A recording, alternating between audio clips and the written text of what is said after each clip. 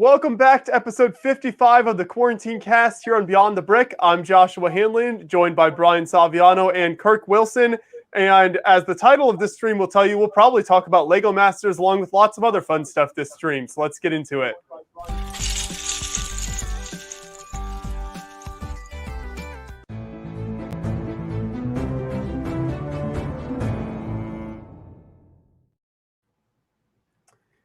And Kirk was just working out his technical difficulties before the stream started. I hear a little bit of an echo right now. Do you guys hear that? Is that just me? I hear it. Is it me? It might be me. I don't know. This will be another one of those professional streams, though, like always. Uh-oh. No!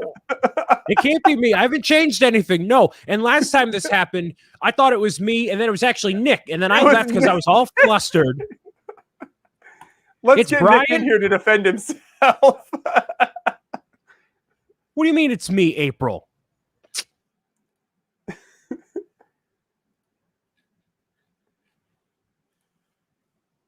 Is that better? I think so. I don't hear anything now. When did I get brought in? Where's my warning? Because Brian was calling you out, so I had to. You know, it's fun just to it's fun to just randomly launch people into the stream. Wait, hold on. Is this good? Yeah, I don't hear anything now. Fine. Okay, I had the audio automatically adjust on StreamYard for some reason, so I turned it off. So now it shouldn't do that. Okay. We good? Yeah. Took us 55 episodes to get here. I am incredibly disappointed that I did that on the Friday show with April and Dan, and they didn't say anything the entire time. Why wouldn't you say something?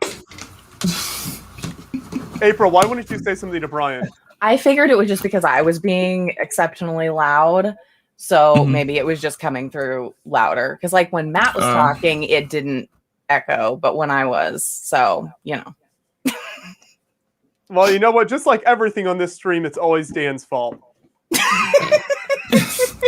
Yeah, Dan. Way to go, Dan. I'm just happy to be here. We got 5 a.m. Dan for a few minutes. Pre-coffee, Dan. 5:04. Okay, so there's no echo when any of you guys were talking, right? No. Nope. We're good. It was literally that issue there. So instead of Kirk having the audio issues, it was me. I have failed you. Internet, I'm sorry.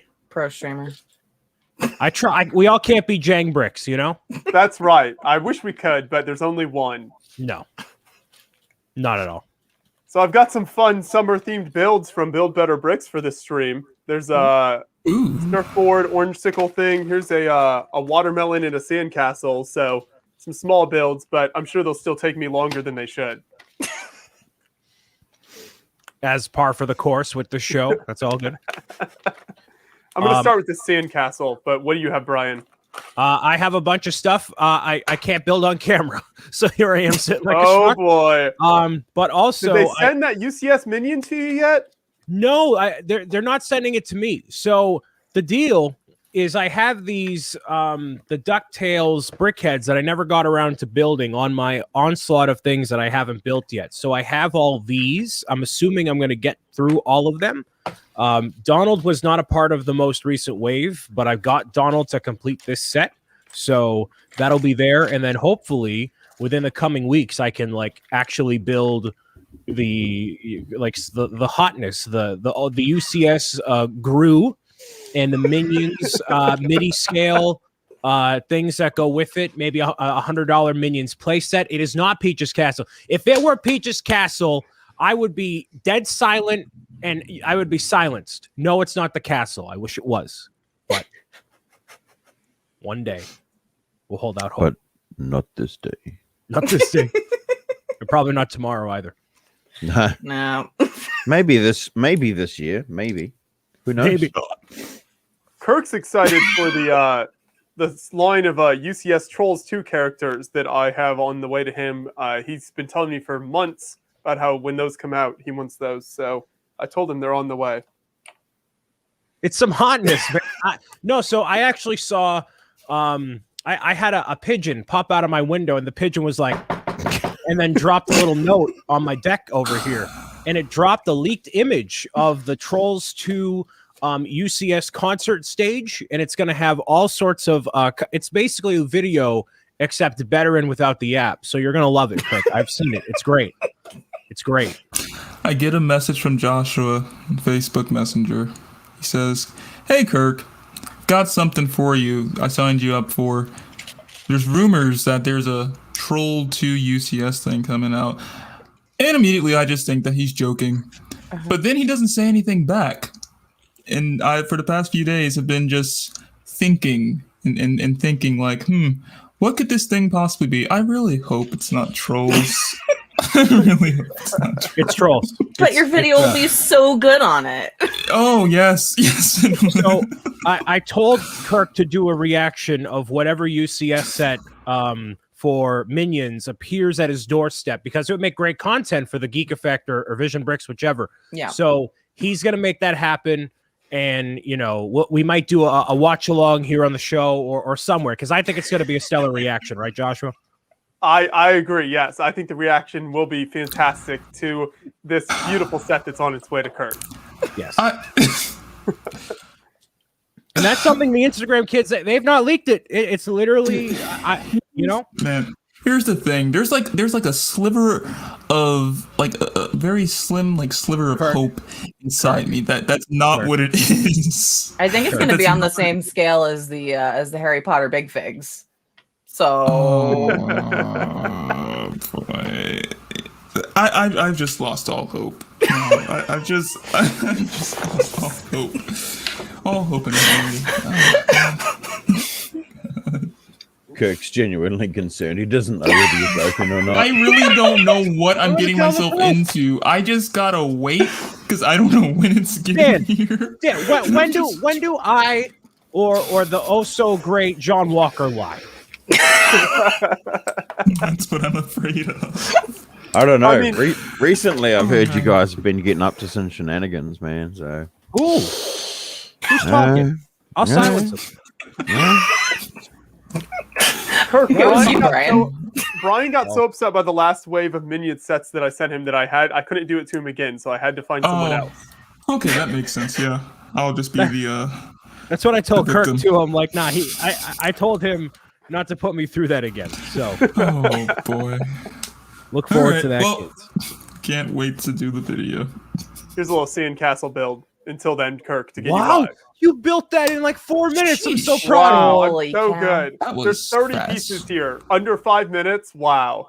Wow. It's pretty cute, though. Can we take a minute to appreciate all the faces that you can use if you watch us on Twitch now? Yeah, I love it.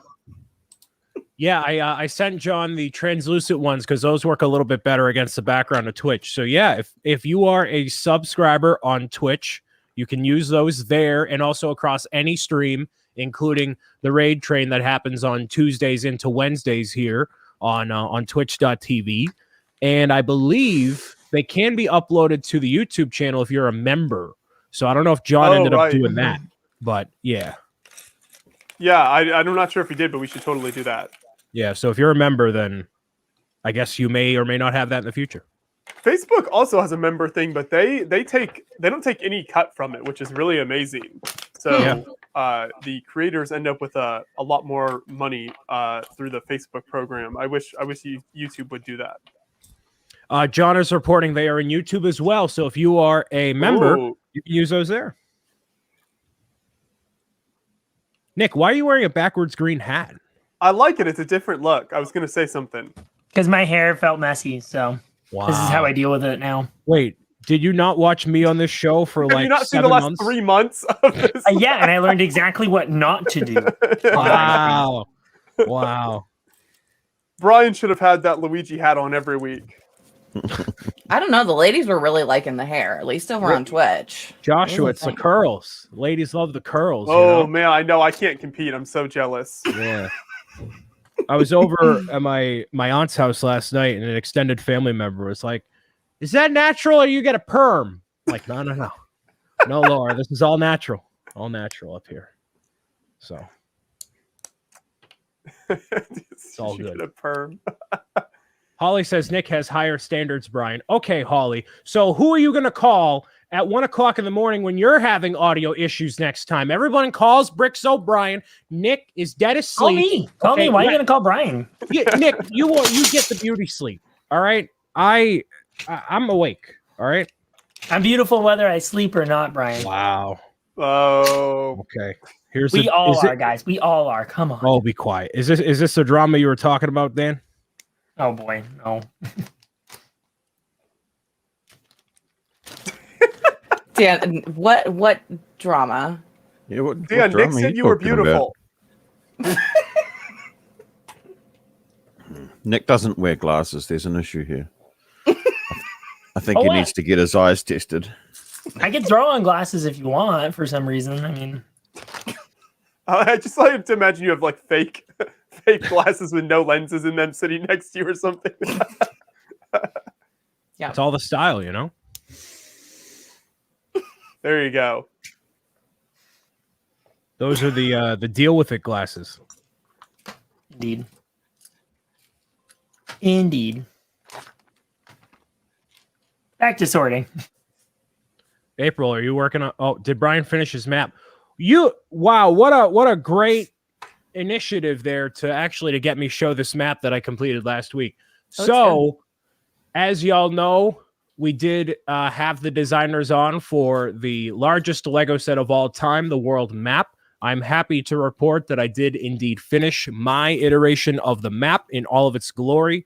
I'll show you what it looks like and then tell you kind of where I made some compromise.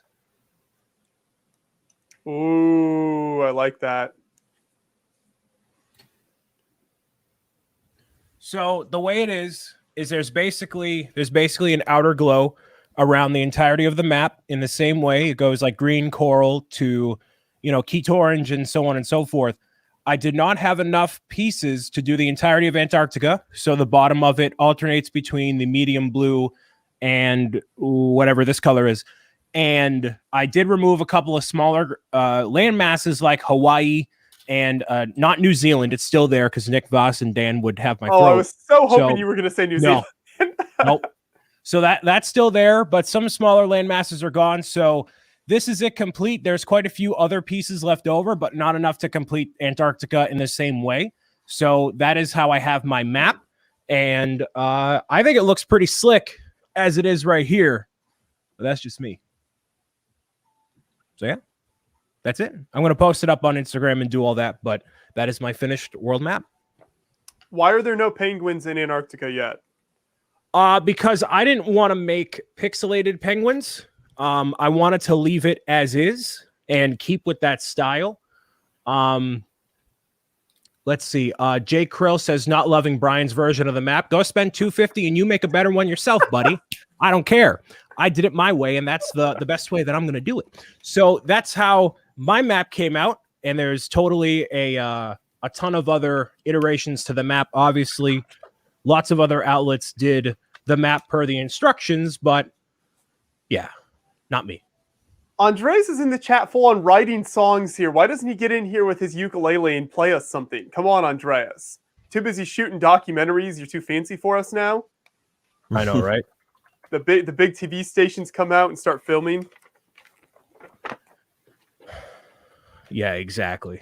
Bunch of tomfoolery here. Have they talked about Lego Masters yet? We're late. No, you are not late at all. We haven't quite talked about it yet. John just puts that as a clickbait title to pull people in. We aren't actually going to talk about it. No, not at all. That's going to be the last. Thank God for that. What we do need to talk about is the awesome builds that Nick and Brian did on their stream last week. I loved that. That was a lot of fun. Are you guys doing that the day after every week? Is that the plan? It is. Sweet. Brian, do you have yours? That was Nick's initiative, not mine, by the way. I'm going to guess Brian does have his. So yeah, me and Brian teamed up last Wednesday. We gave ourselves an hour and a half. We used a very limited set of pieces, and we did each half of a parade flow. For anyone who didn't catch Lego Masters Season 2, Episode 1, beware of spoilers, I guess. But the theme was to do a float for a Lego Day parade representing you and your partner. So me and Brian both love video games, so we decided to do a kind of like platformer video game float because we both love video games so much. So we just decided to have like a 3-tier kind of thing here, showing off kind of some different areas of a level. Mine is actually like the, on this view, like Brian's half would be here and mine's here. So they do kind of continue into each other, even though we built them separately. And so you can see it's kind of like a little bit of a fantasy world. So on the first level, you have a little bit of a forest, which kind of flows out of a city that's in Brian's half, which he'll show us shortly, including a mystical slorgy. You can see there's little like ladders here to go up to the next level, into which we move into a mystical forest with some baddies and some, mystical looking trees. There's even a little moving feature because I can make myself jump up and down on the character, which is how I get my coin. And then it would move into another mystical area where there's a boss that Brian's character is fighting. And then you move up to the top where you come up to a mountain range and then a nice castle where you're going to find all the loot. So yeah, they are meant to connect as one giant float, and I think they look pretty cool. What's going on with yours, Brian? Yeah, give us the rundown, Brian. Well, Nick literally explained all of it, but yeah, it starts in a town and starts in like a micro scale sort of version where the character would then cross the bridge, go over into Nick's portion, rise up into the mystical forest where as you're going through the forest and collecting your coin, you're going to be facing off against a monster at the very end. You climb up out of the forest and see the golden plains with a forest perspective sun in the background, as well as a few mountains in a mountain range before you head over to the castle. So, yeah, this took 90 minutes of commendable effort and not very much mock experience on my end. So I'm fairly proud of what we were able to accomplish in that time. Yeah, you guys did some great builds. So will that be on Nick, your channel every week? Is that the plan? That is correct. So everybody make sure you go over and follow Nick on Twitch so that you can catch those after the fact, after the episode every week. Absolutely. And before we dive into like Lego Masters 2 type talk, Dan, you never explained what the deal is with that winking Mario in your background. So can you just... It's just trolling you, really. Oh. Oh, that's great. Well, it's covering the Daily Bugle as it should. It's just there looking at you, Brian. Oh. You'd be pretty jealous. Dan has a lot of cool Super Mario stuff that he's got for doing brick shows. I don't think you've seen the full scope of it, but that's part of it. It's funny because he's not like the most massive Lego Mario fan in existence, you know? I know. He's just a closet Mario fan, I think, because he's got all his Mario mocks out. No, he just doesn't have the courage to come out as a true Mario fan. I know. No, because he's an AFOL, so he can't like any of the technological, initiatives that Lego has. He has to like Classic Space and Castle, and that's it.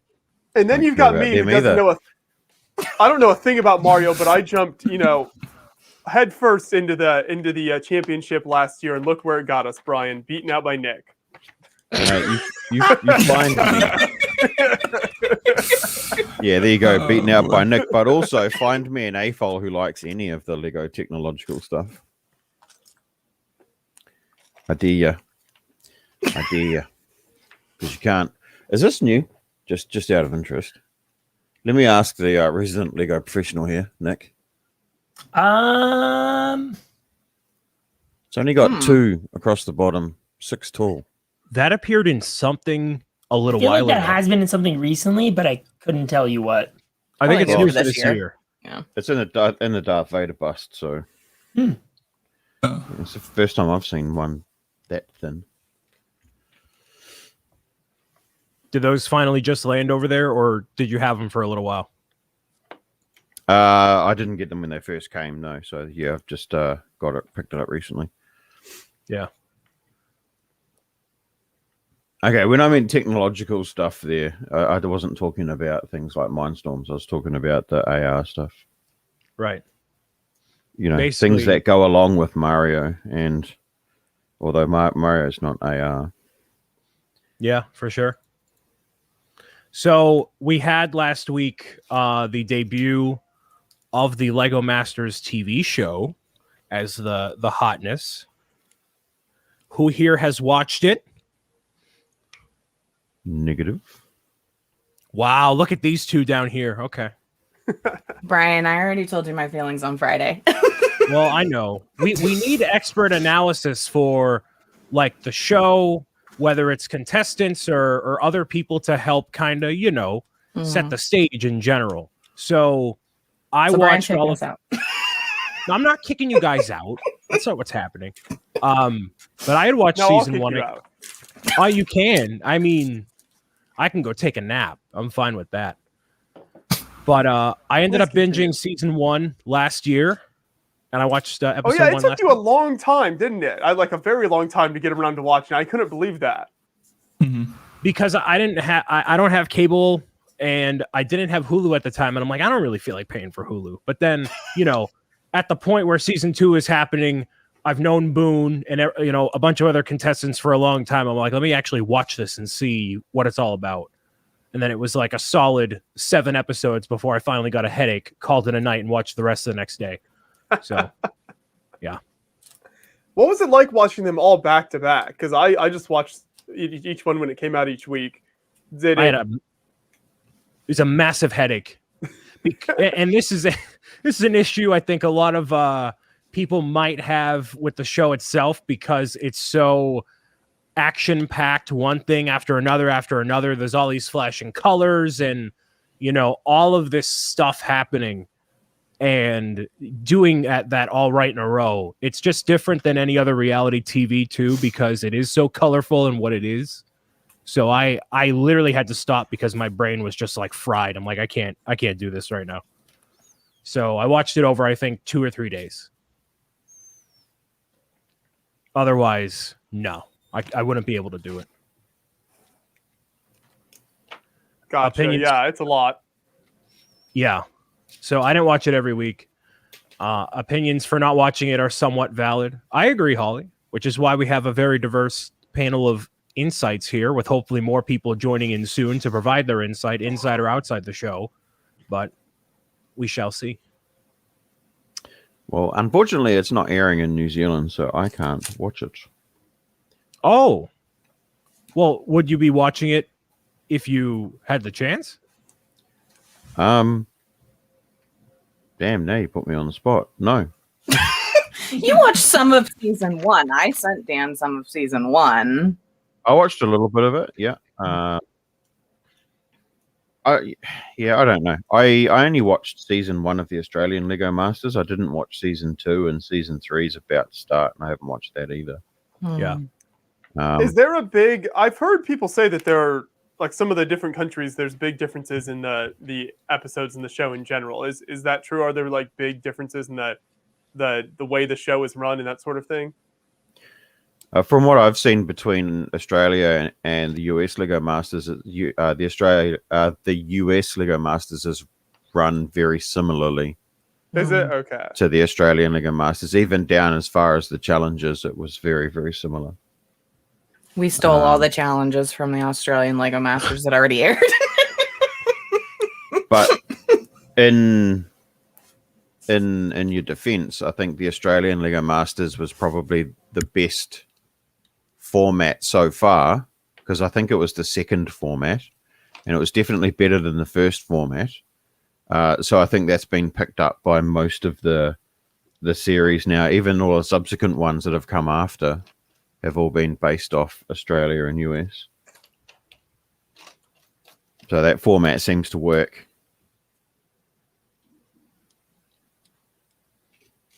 Gotcha. Yeah, this is what I've heard a lot of people say, is that the versions outside the US have less drama in them, is what I've always heard people say. Yeah, I would agree with that. There's some drama in the Australian version, if we're speaking just specifically about those two, which are the only two I've watched. But it's different, US has to be extra, Right. Basically, that's the conclusion I've come to with the show. And the episodes are way longer too. I think that's also an American thing where we have very short attention spans. So anything more than like an hour of airtime, we're like, nah, we can't. No. So You just start watching YouTube videos. I've heard stories and been in movie theaters where during the movie people will watch YouTube videos in the movie theater. Really? I've never Wow. seen that. Yep. These kids these days, they don't know how to appreciate a nice piece of cinema. That's right. Okay. Back in my day, we sat through all 4 hours of Lawrence of Arabia and we loved it.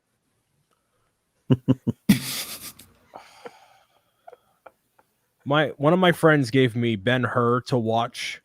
And was like, oh, yeah, you need to watch this. It's a cinematic masterpiece. I'm like, oh, yeah, how long is it? And he's like 72 hours straight. I'm like, what? Ben-Hur never got watched. Sorry. Oh, no, Brian. Yeah, no. Sorry about Sometimes that. you just got to sit down and commit to things in life. I don't like commitment because that means I don't have wiggle room to get out of situations if they're bad. I don't like commitment. I like stability, not commitment, but they're the same thing. Are they not? Unfolding all the trauma in episode 55. So somebody in the comments of the last show wanted to know like spoilers for the show. Spoilers. Oh. If you care to not watch it in case you're trying to catch up. The new episode airs tonight, so you should be caught up if you wanted to stick with it weekly. So that's the idea. Joshua, what did you think of episode 1 of Lego Masters? I enjoyed it. I felt like, I mean, if people liked the first season, there was nothing like crazy different about this. I think it was very, very similar in style and feel for sure. Which is, I think they're kind of sticking with what worked. Hopefully, I'd definitely like to see them go in different directions. Hopefully, maybe different challenges or do some things that feel more, more unique from last season. I think would be nice just to keep it interesting. But there were some, the mix of contestants seems pretty similar to last season as well, with your kind of like, some teams of your hardcore AFOL type builders, and then more other teams that are just kind of more general fans, that sort of thing. So that also seems pretty similar to last season as well. I like this challenge. I thought it made for some really cool builds, and the way they displayed all of the parade floats going around the city, I thought was neat. So all in all, it was an enjoyable watch. Do you have a team that you kind of resonated with, or you saw in the process, you were like, yes, I hope they win this challenge? You don't want to like that. I was going to say you don't want to say because you don't want to pick favorites because we're going to have multiple contestants on the show. I can pick particular favorites of each challenge. For this one, I thought Dave Coletta and his partner, whose name I've forgotten now, their float with like New York and Chicago, I thought was a really awesome. Fun, creative idea. That might have been my favorite out of all of them. I loved when it spun and it said New York and Chicago. I'm like, oh, that sells it right there. That's great. Then Mark and Stevens with the Viking ship was super. Yeah, that obviously Vikings and that whole thing is something that I'm a big fan of. So those two were probably my favorite. Awesome. Hey, Nick, what did you think? I definitely enjoyed it. I feel like in a way there were like kind of surprises. Like the builds that won, like it didn't surprise me that won, but like the little bit that we had seen of the builder's background, it surprised me what they built, because I feel like they just didn't show a lot of what they were kind of capable of. Like we'd only gotten a tiny glimpse of their actual building over, like they had focused really on what their real professions were per se. But I thought that was really a nice like surprise and delight kind of thing. Overall, the builds were pretty fantastic. I do think you could tell a lot of the teams were needed to very much get used to the idea of building within a competition format. So I am excited to kind of see. I think the second episode is really we're gonna see a big step up as people kind of start to get more and more adjusted to working within a limited time format. What about you, Kirk? Kirk? I'm sure it was difficult. I know from last season, like basically every contestant, the number one thing was how difficult it was building with the clock. So I'm sure you'll see them get better at that as time goes on. Go ahead, Kirk. Let's see. So I did watch episode 1. I personally think it was good. I think I enjoyed the first episode more compared to this one. But overall, like the challenge or whatever, and like the builds that showed up in this first episode were pretty good. My favorite one out of all of them, though, probably the one with the Vikings. I like that one, like the design of it. I think it was a cool design, and like the functionality of it as well. Yeah, I think they pointed this out on the show. Maybe it was Amy that said, somebody pointed out like all the different types of movement and areas of movement on that build. So it wasn't just like one moving thing. But I mean, as you would expect from Mark and Steven, if anyone has watched Beyond the Brick, over the history, we featured like numerous builds from them in different interviews. They can do so many incredible things. So it was no surprise there. I feel like with that challenge, though, you got to build a float, right? But in terms of how much motion to include, unless you're looking adamantly at somebody else's build, you don't know how much motion you should put into it. So some teams are probably like, oh, well, this is, not our specialty, so this is good enough for what it is right now. But they didn't like try to go as above and beyond as some other teams when it came to incorporating the movement. That's what I kind of noticed with all the teams. I definitely think, like, given what we saw from Lego Masters Season 1, like, the team should have been, I think, more prepared for something like this right off the bat. Like, it was pretty obvious that motion was a standout throughout pretty much every episode of Lego Masters. So, like, to have not, like, potentially practiced that and, like, built up some skills for it and have that show as a weakness right off the bat, I think is a big surprise. I will say I was also really surprised that there was no, like, midway mix-up. Like, I thought they were going to have a real wrench thrown at them at some point, and it just felt kind of underwhelming that, like, they were just building this thing straight for 14 hours without any real, like, other than they threw in the golden brick, but, like, that didn't really change anything about what they had to do for the build. So I guess they really are trying to ease people into it, but that is an interesting point, though. Challenge them. Now that we have a season behind us, right, you can basically, like, look back at that and see, especially with Amy and Jamie being the same judges, so what they were looking for in last time. So yeah, I guess you could have. It'd be interesting as the season goes on and you talk with more of the contestants. Was there a lot of research that they did beforehand, trying to figure out what the judges had looked for from the first season? I know when I was on Dawn's with Tricky Bricks, and Dawn was on there from one of the teams. She said she watched all of the different seasons, all back to back to back to back. But when you're in that moment, I guess you kind of not forget about those things, but your I don't know, your brain space kind of shifts because you're there in the moment, and the pressure and everything else just kind of takes over. Which is very understandable.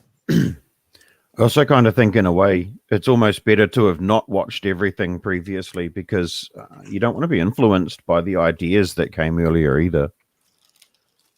So having I agree with Nick, though, having the skill is important, but also having a clean mind and not copying or not being influenced by stuff that's come before is important as well. And I think that becomes harder and harder for subsequent seasons. Chuck Schwa in the chat saying, I wonder if the challenges are set in stone or come about organically based on how the teams build. They had all of the challenges probably planned in a boardroom 6 months before the show started. That's how all these shows kind of happen. Not everything is planned, but a lot of it is very manufactured and presented in a specific way for a specific reason. They don't come up with stuff on the fly like we do on like these streams. They are a multi-million-dollar operation. So I'd almost guarantee that they're all done early, because I know the guy on Lego Masters Australia who tests all the challenges. Yeah, that's what I was going to say. I'm pretty sure every show has, I think all of the different Lego Masters shows has people coming up with the challenges, and then also AFOLs or some type of Lego builders testing those out as well beforehand. Correct. Because they're not going to want to create the show, and then if the challenge is flawed, then that makes all of the builds suffer, and then that makes the studio look incompetent. So they want to make sure they plan it out thoroughly beforehand. So if there's any fault, it's going to be on the teams, not on potentially the studio. Yeah, they learned that the hard way in Lego Masters Australia Season 1 when they did the bridge build. They did the bridge build, and the challenge was to just drive a Lego vehicle across the bridge. And of course, they drove it across the bridge. It didn't budge. So they put 30 kilos of weight on it, and it didn't budge. And they ended up having to stop the shoot, go out to a local sports store and buy all of the kettlebells from the sports store that they could. They ended up with hundreds of kilos of weight on some of these bridges. It was amazing. So, everything is now tested by individual builders as well. Yeah, I think they learned from Lego Masters Season 1 over here, too, because multiple builds on the bridge got to 1,000 pounds of weight, which that is not what they want on that show. As amazing as it is, they want something to break or not everybody to land at the same marker. They want to make it a competition. There is a first, second, third gold brick winner, whatever. That was definitely one of the best episodes from the first season, though. That bridge episode was so incredible. Yeah, they actually, like, the amount of structure or strength, I guess, that comes into some of these Lego builds is quite amazing. And it's a testament to the product as much as it is to the builders, in my opinion. Yeah, for sure. I saw a question in chat somewhere about New Zealanders on the Australian Lego Masters. So Season 1, it was open to New Zealanders to apply and go. And there was a lot of chatter in the community about whether people would or wouldn't. And it came down to, because it was unknown, nobody really knew how it was going to play out. It was a reality TV show. Everybody thought that, the Lego enthusiasts and the AFOLs were going to get probably cast in a bad light, kids playing, adults playing with toys and stuff. So nobody I knew applied. So there was no New Zealanders on Season 1. Season 2 and 3, they excluded New Zealand from. And from what I understand, Season 4, Australia is going to reintroduce the ability for New Zealanders to attend if they wish. They were like, fine, you don't want to play along the first season? We'll just ban you the rest of the seasons. We don't want you anyways. Stay away. But I think after the first season and the way that it played out, because it was done quite well, I think, at that point, everybody wanted on board. And it's typical behavior of people that, and that's exactly it. I would have been the same. Like, well, you didn't want to take the risk in the first place, then too bad. So, yeah, that's how it's been so far. Would New Zealand ever get their own version of the show, or is that like too small of a market? We're too small. Yeah, we're way too small. In a similar light, Nick, do you think Canada could ever see their own Lego Masters? You're muted. You're muted. What a professional. I like to try and make sure I'm not clogging up the stream with a bunch of Lego noise, okay? By the way, I'm taking this apart now. That's okay, right? I thought we were going to keep them together forever. Brian, we'll run out of bricks if we do that. Yeah. Okay. No, you're right. We took pictures for a reason. No, that's true. Okay, great. I'm sorting it right now. I do think it seems like it would make sense. They mostly do Canadian versions of any show that gets popular in the US.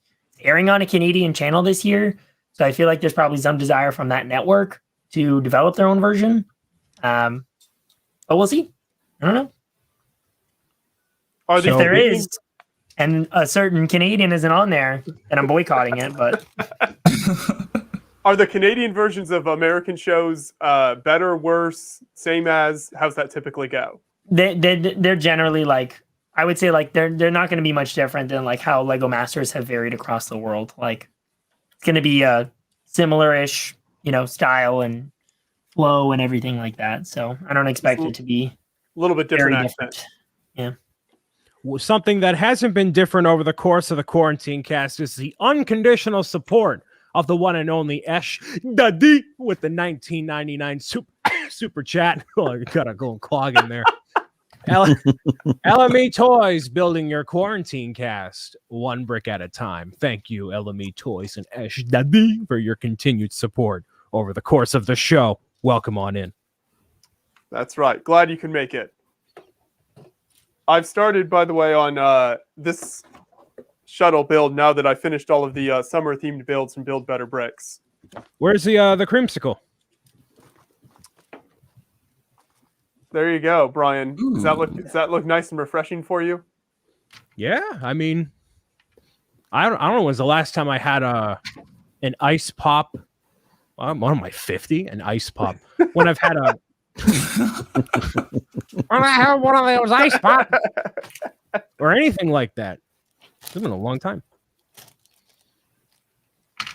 Side tangent here. Sorry, go ahead.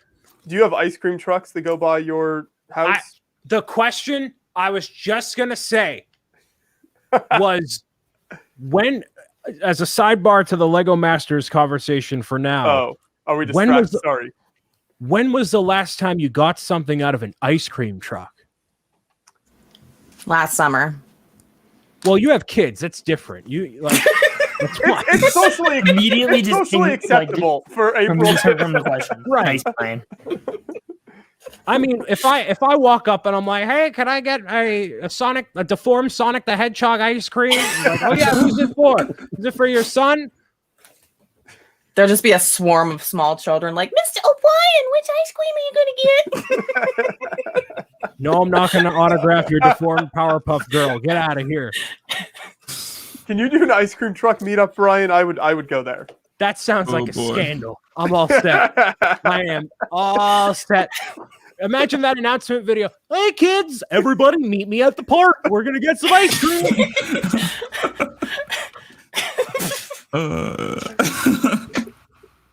Josh, are you trying to get me sent off the internet? Banish? Would you like to borrow my Mario cutout as well? No, I'm good. I don't want to add. No, I'm good. I actually paid Josh to bring up this whole idea so I could replace you on the show, Brian. Wow. Oh, we've had this whole thing going, Brian. That's all working months in the scenes. work. Months. I made the suggestion for Nick to replace me long ago, but he's like, no, I'm not. I'm not being a full-time creator yet, but now that he is, he's like, this is my chance. This is it. Do you think Jang would do an ice cream truck meetup? No, because he has respect for himself. No. Just him and BMO out there in the park. That's great. Does he do? I glanced at his Twitch the other day. Does he do his like dog streams where it's just like showing the dog on the couch, or what exactly happens in those? It was a community point goal thing. So, you've got like community points on Twitch that you can use on the channel. And then he had everybody sort of pull together to do a dog stream because we all apparently bring our dogs on stream on Twitch. I don't know what that thing is, but Gotcha. but everybody was trend, asking for trend. BMO. And that's probably the smartest dog I've seen in a while. That dog is insanely smart. But It's to go Jane's along with dog, so no surprise there. Right? Yeah, to go along with a smart dog, he has a smart owner because he doesn't allow his dog into his Lego space to keep it free from dog fur. Now, those of us that are not smart are looking at our table, and there's at least 5 pieces of dog fur on top of my table, and it's he's smart in that aspect. Hypoallergenic dogs are also a good play. Yeah, ones that don't shed. Get dogs that have hair rather than fur. That'd be brilliant in the Lego space, but sadly, that's not my dog. She sheds, and I get fur in here. It's a pain in the backside, if I'm being honest, but tis what it is. Josh, I love your puppers no matter what. I do not know. The amount that I travel typically would not lend itself well to having a dog. Also, this isn't going to be an unpopular opinion, but I'm just really not a dog person. Okay, so before that's like my most unpopular opinion that I have. I think before that opinion. Hold on, Dan. Before we get too swayed with the ratio of dog haters to dog lovers, okay.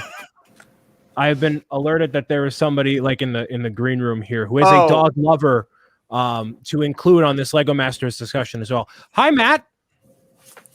Hi, Brian and people. Hello. Hi. Sir, how are you? I'm good. I was listening to I have another opinion of Josh now that he's a dog hater. Not what I said. Not what I said. Never used the word hate. An extensive dog disliker, maybe? Funny thing is that did come up on Jang's BMO stream. He was like, you know, when Beyond the Brick came to visit and Josh, you know, he's not exactly a dog person, and BMO just kept going up to him, and Josh was like, hi, dog. And then he'd go back and he just want to pet, and Josh is still like, hi, dog. He knew it was unmarked territory. That's why. To keep it so professional, focus on Jang, you know, get this great interview. It was the first time anyone had ever like seen Jang in years at that point. I was like, you know what? We just need to keep the content going and not get distracted here. But his dog just kept coming up again and again, wanting us to like play with him, throw toys, that sort of thing, something along those lines. So I did my best. That's what dogs But yeah, do. it's true. If you watch that interview, it's very clear. He's a pretty cute dog. Bricks King podcast. What kind of dogs do you have? You better take a seat. Get comfortable. So out of our 8, we've got 3 Chihuahua mix. They're all. There's only one purebred, but they're all adopted. So we have 3 that are under like 10 pounds that are Chihuahua mixes. We have a Great Pyrenees /Lab /Saint Bernard mix that's about $130. Big fluffy boy. Big fluffy. He's in this room with me right now somewhere. We've got a purebred German Shepherd we just recently adopted about 2 months ago, 3 months ago. And then we've got like an Australian Shepherd mix. We have a Pit Bull mix. We have another Lab mix. Yeah. I can hear Joshua dying on the inside from over there in Boston. I don't think Joshua's going to be coming to your house anytime I was really soon, Matt. hoping to go there and do a studio tour with that great map you have on the wall, but So wait, some point after you tell us who you are and what you do, you have to get one of the doggos and bring them on. You gotta show at least one dog. It's an obligation here. That won't be a problem. Okay, good. So wait, who are you? What do you do? And why should anyone care? Well, I am the Bricks King podcast with all Lego stuffs. Been doing it 3.5 years now.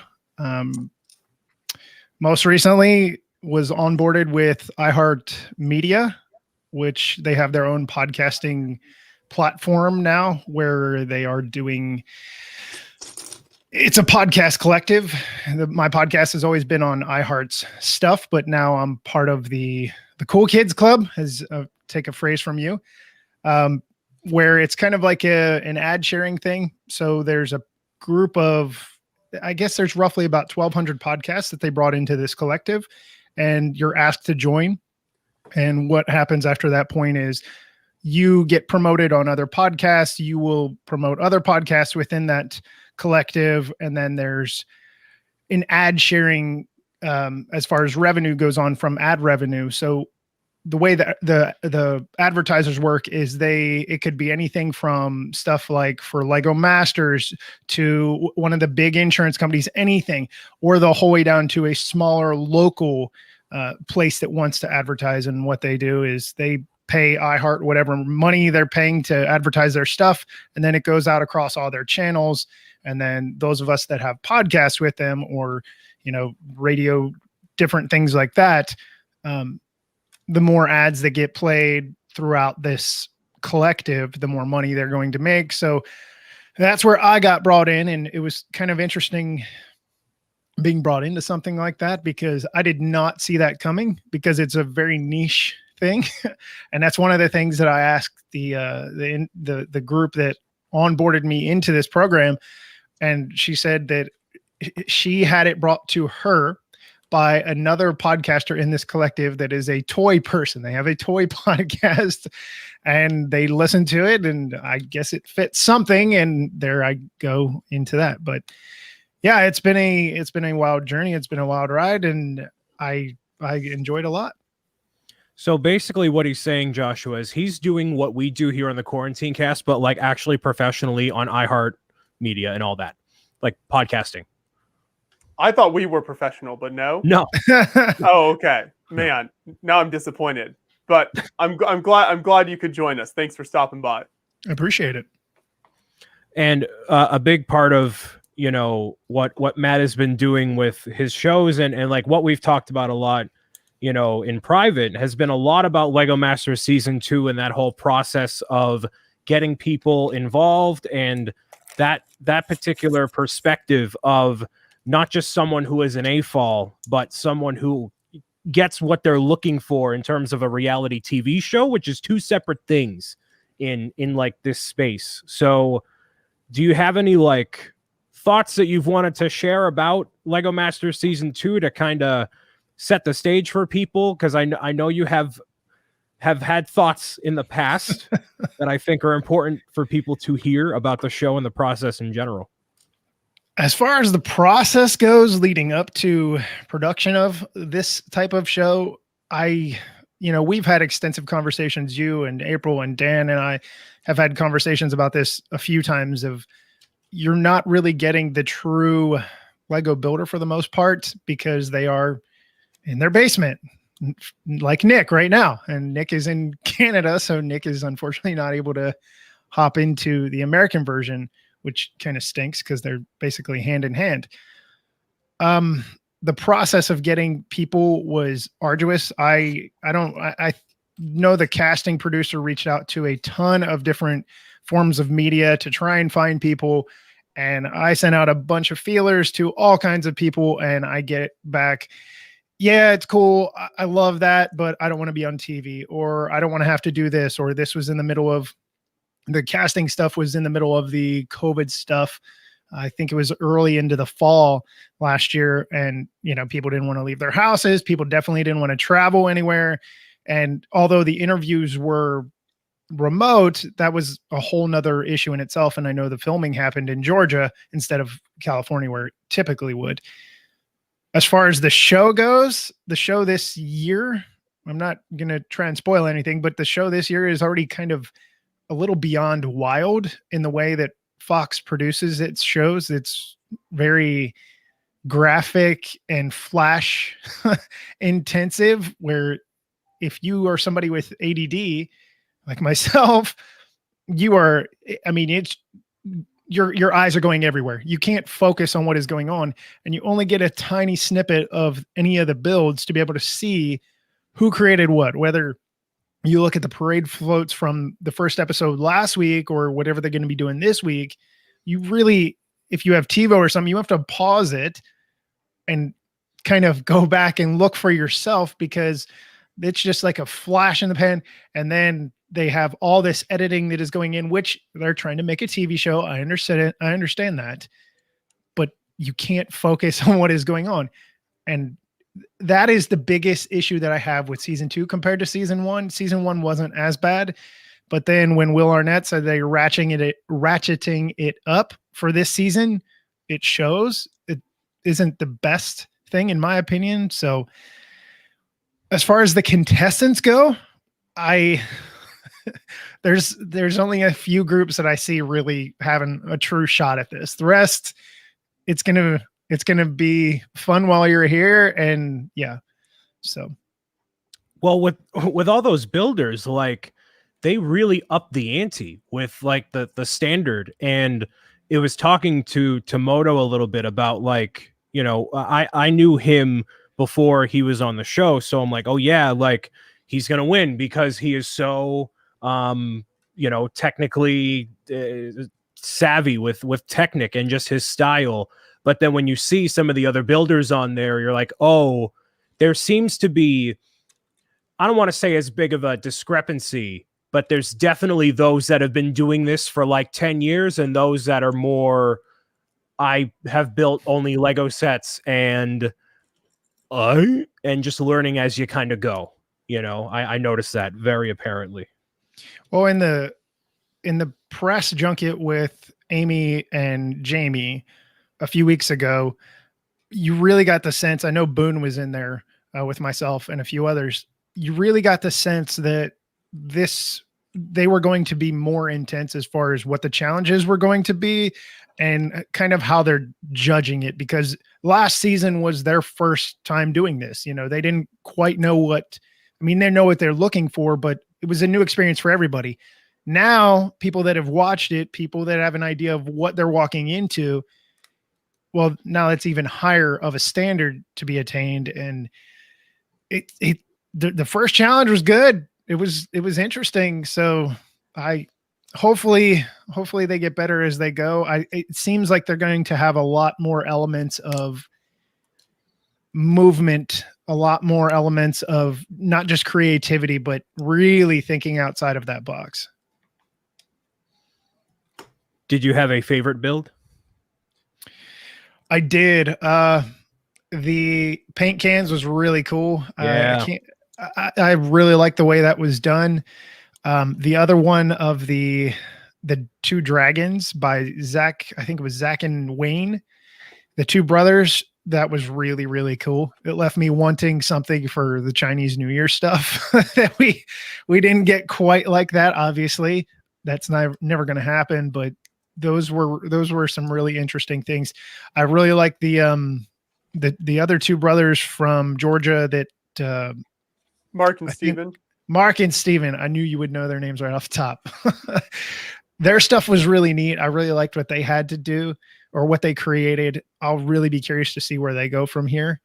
And those are my top three that I'm looking at thinking, yeah, I don't really see anybody knocking them out of the way, unfortunately, but everybody has a down week. So you just never know. For sure. I like your commentary. You sound like a sports reporter when you. I can see why Brian says you're so professional now. Some you know, days. half of it, it's like the microphone. Not gonna lie, you know. That's true. But not in this case. You actually know what you're talking about, Matt. So thank you for being here. So being a part of this whole thing. What else do you? So like right now, you're talking a lot about Lego Masters on the podcast. I'm sure. What do you do? Interviews, or what is it typically just like news? What do you normally cover on there? News, reviews, designer interview stuff, things from RLFM days is going to be peppered in here in the next few weeks. Just some things that came out of there that we've learned, that I learned talking to some of the designers and stuff like that. Yeah, just really whatever. I really like talking to anybody that wants to chit chat. It doesn't really matter as long as it's in the realm of Lego in some way, shape, or form. I'm happy to it. But a lot of people say, "Oh yeah, I would love to," and then you get an opportunity to talk to them, and you have to carry the whole conversation. They don't want to. They don't want to converse. When we are able to talk about whatever happens with Luigi, we will have a time. Okay, I promise you, I will not ghost you. I will be here. Okay, it will happen. Literally anywhere that Brian can go sing the praises of Luigi, he will be in an instant. Basically. But yeah, I'm looking forward to tonight's episode. They air Tuesdays. I ended up watching it after the fact on the same night with Lego Masters Season 2 on the website. I actually got to use a temporary Fox, I don't know what you want to call it, but you could watch it on the website with a few commercials in there, not as a part of Hulu, but whatever thing that they ended up having. So you can do that at least for one episode if you want to, as an option for you. So there you go. I will be watching because I want to see how they do the builds so I can do that with Nick and hopefully make a pretty good thing of it. I know me and Nick, we do not discuss the build of what we're going to do beforehand. We take it as like authentically as possible with like prep and all that. So, except for like we actually, like parted out our pieces by color. That's it. That's all we've done. Nick, how did you decide which pieces that you guys would have available for the challenges? It was really just like what was easy to find for us to both get our hands on. So I just did a medium and large classic bin and a dot set because I thought that would add some good variety in terms of like detailed pieces. So yeah, the goal was just to keep it simple, minimal. Like I always like the idea of kind of showcasing that even with a very limited set of pieces, you can accomplish a lot in terms of building. Because people are always like, oh, I can never build anything. I don't have enough Lego. But it's like, that's not true. You with even just a small amount of pieces, like a couple bins, you can definitely still get really, really creative. Yeah. Yep. Especially like if you ever go to a Lego convention now that they're starting back up for anyone out there, it's so easy to get caught up with the big builds, and that's a lot of what we cover here on Beyond the Brick as well, just because that's the stuff that is generally the most impressive and performs well online. But there's so many smaller, whether it's micro scale or just kind of not a very large, footprint type builds at conventions that are super well done and really impressive. So yeah, if you think you can't, just because you don't have a lot of pieces, you can't do something well. If you're ever at a convention, just look around and there's so many great examples. Agreed. The phrase I use is a poor craftsman blames their tools. Got to work with what you got.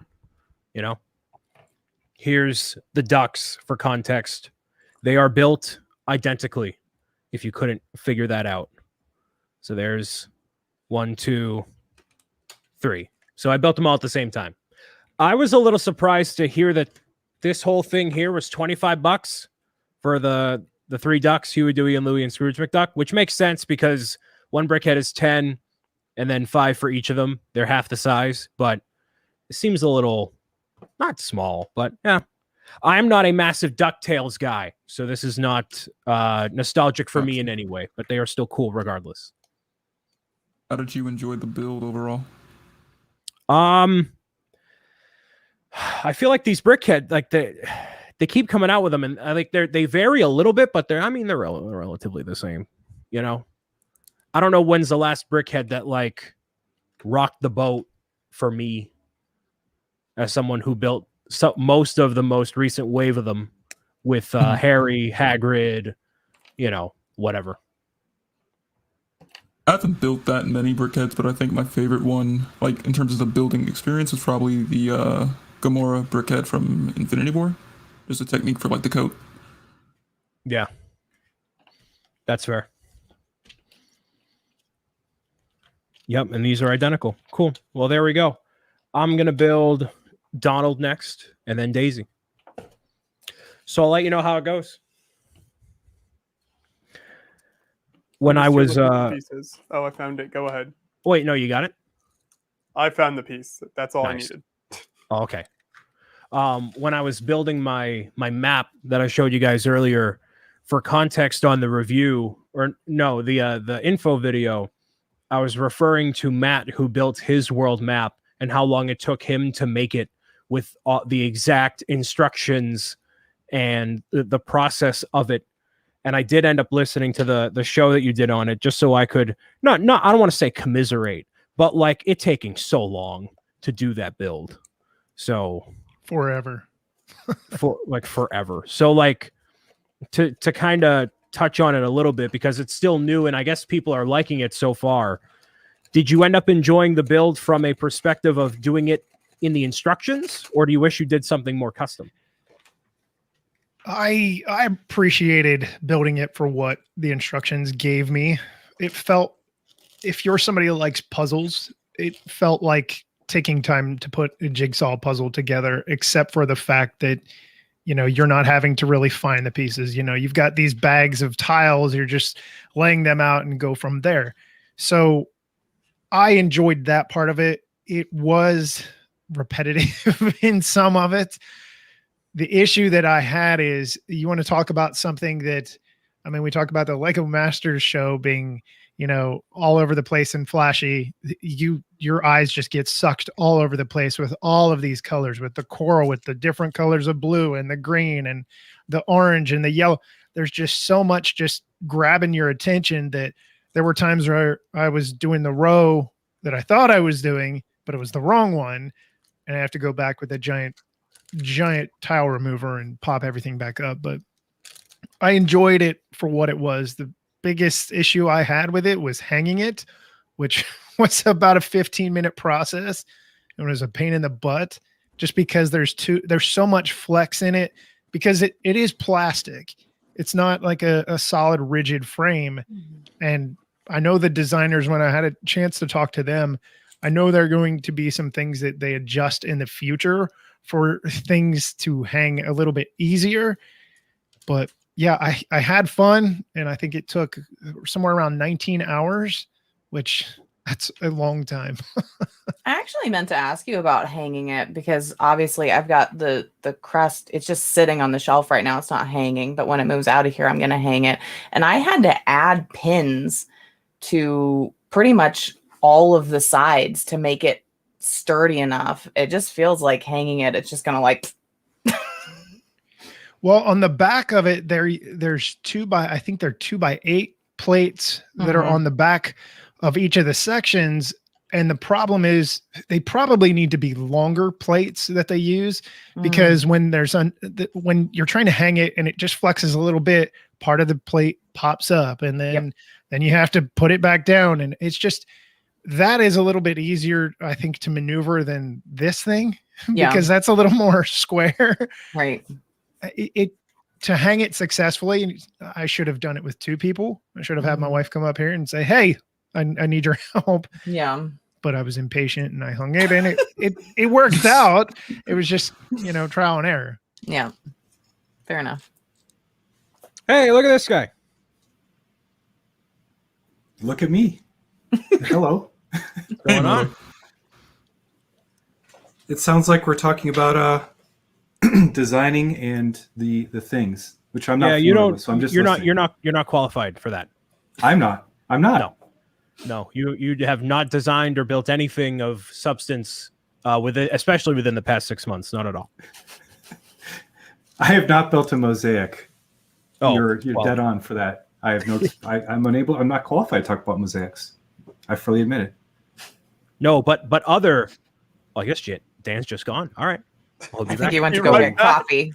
Oh, it's time. I was worried I scared him off or something. I'm really a nice guy, Dan. He's easily spooked. Don't worry. No. I know, Moto. You are a very nice guy. No, April had it right. I'm just going to go make a coffee real quick. I'll be back. Enjoy your chat. I'll keep the headphones on. He's always listening. Dang it, we can't talk about him when he leaves. he's from New Zealand. He's got that Sauron vibe,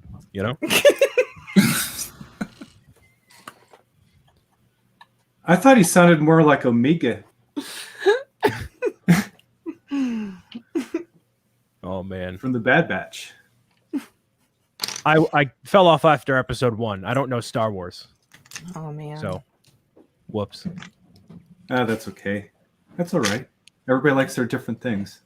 Well, interestingly enough, the original. Now they're talking about Star Wars. He's not leaving.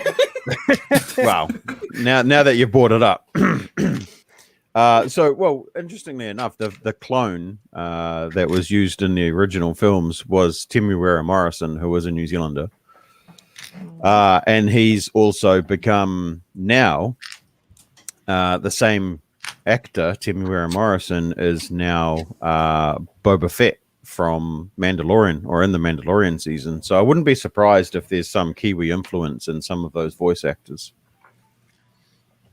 One of my favorite things about traveling is when you go to specifically smaller countries with like smaller populations, is how like everyone in the country knows every remotely famous person from that country. And whenever I'm there, they'll immediately be like, list like top 5 people, like, oh, have you heard of this person? Like they're in this show. Like, it's so weird from an American perspective.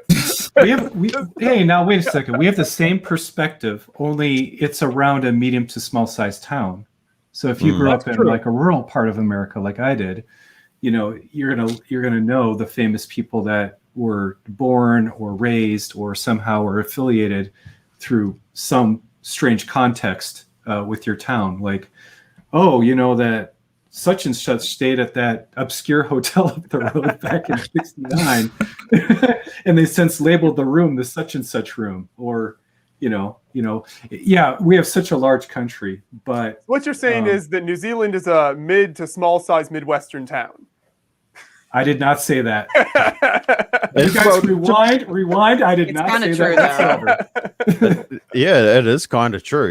We've only got a population of 5 million, and I think the entire landmass would fit into some actual states within the states, if you know what I mean. Like it Probably is Texas or at least Alaska. Easily Oh, look at Texas. that. Oh man. easily Texas. I think probably Multiple 4 times times. into Texas. Yeah, I Yeah, was going to say Colorado, where I live, might take it as well. 'Cause- yeah, for sure. And I'm not trying to make fun of anyone. I just think it's like this funny phenomenon that it's like very universal in so many different places. It's true.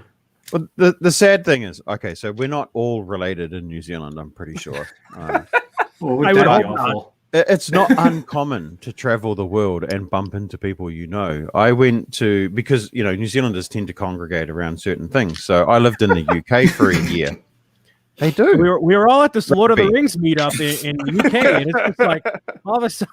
That would be a thing, yes, but rugby is another thing. Okay, so I lived in the UK for a year, and we went up to watch an All Blacks match at Murrayfield in Scotland. And of course, you have, when you buy your tickets, you buy the Kiwi section, and you sit with all the other Kiwis. And literally behind me was another ex-service person that I'd served with at 1st Battalion, and it's not uncommon. It's not uncommon to be walking down the street. Even in London, we were walking down the street in London, and I saw somebody that I knew.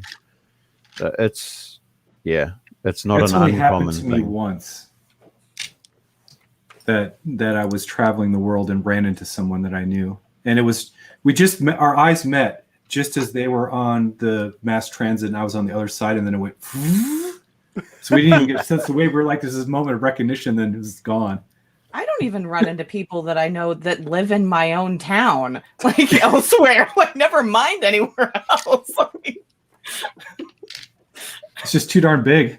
Although I hear at conventions it happens, but apart from that, that's kind of forced. Yeah. Right, for sure. Context is king. So I was on the Tricky Bricks live stream on Sunday with one Mr. I could get my coffee. Yeah, go ahead. That's yeah. So I was on there with Mr. Moto down at the bottom of the screen. And after we were done, I was talking with him for a little bit. And we obviously talked all about Lego Masters Season 2. And then I was saying to Don, like, oh, if you want to be on the quarantine cast, we want to have like Lego Masters Season 2 people on. We don't ask any like, pushy questions, try to keep it professional. We're not going to ask you. What do you got? Well, we're not going to ask any questions. Like, we're not going to ask you, like, okay, who won Lego Masters? And then Moto I have the answer said, to that one still. well, you said, oh, I wish you would because I have the canned answer ready. So now I'm going to ask you, Moto, who won Lego Masters Season 2? Sure. Do you want variation 1 or 2? Give us 1 for now. I might ask you next week for 2. Okay. Yeah. Variation 1 is the polite one. This is the Okay. first stage one. So if I get asked, I always look at the camera and I say, the most gifted, talented, and wonderful team won the competition.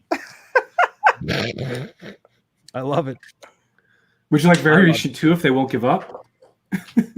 I mean, you can give it to us. I mean, if you want to. So let's say I'm really pushing you. Let's say I'm some T-fall that's trying to be very snarky with you, like, oh, come on, Moto, you can tell us. Come on, Moto. What do you say? Sure. The team name is Team None of Your Damn Business. Ah! Only if pushed. Only if pushed. This is the drama we needed. Yeah. Get that clip on Twitter. You know it, Nick. That's perfect. It takes a lot to push me to get that answer out, though. That's like Yeah, the of rude course. one. I don't like to alienate people. We won't push you to that. I mean, maybe Joshua will. He usually hits the hard questions. I just want to know who was your favorite and least favorite contestant on the show, and then we're done. Good one. Well, he wasn't actually competing, but this guy named Joshua Hanlon was a real nightmare.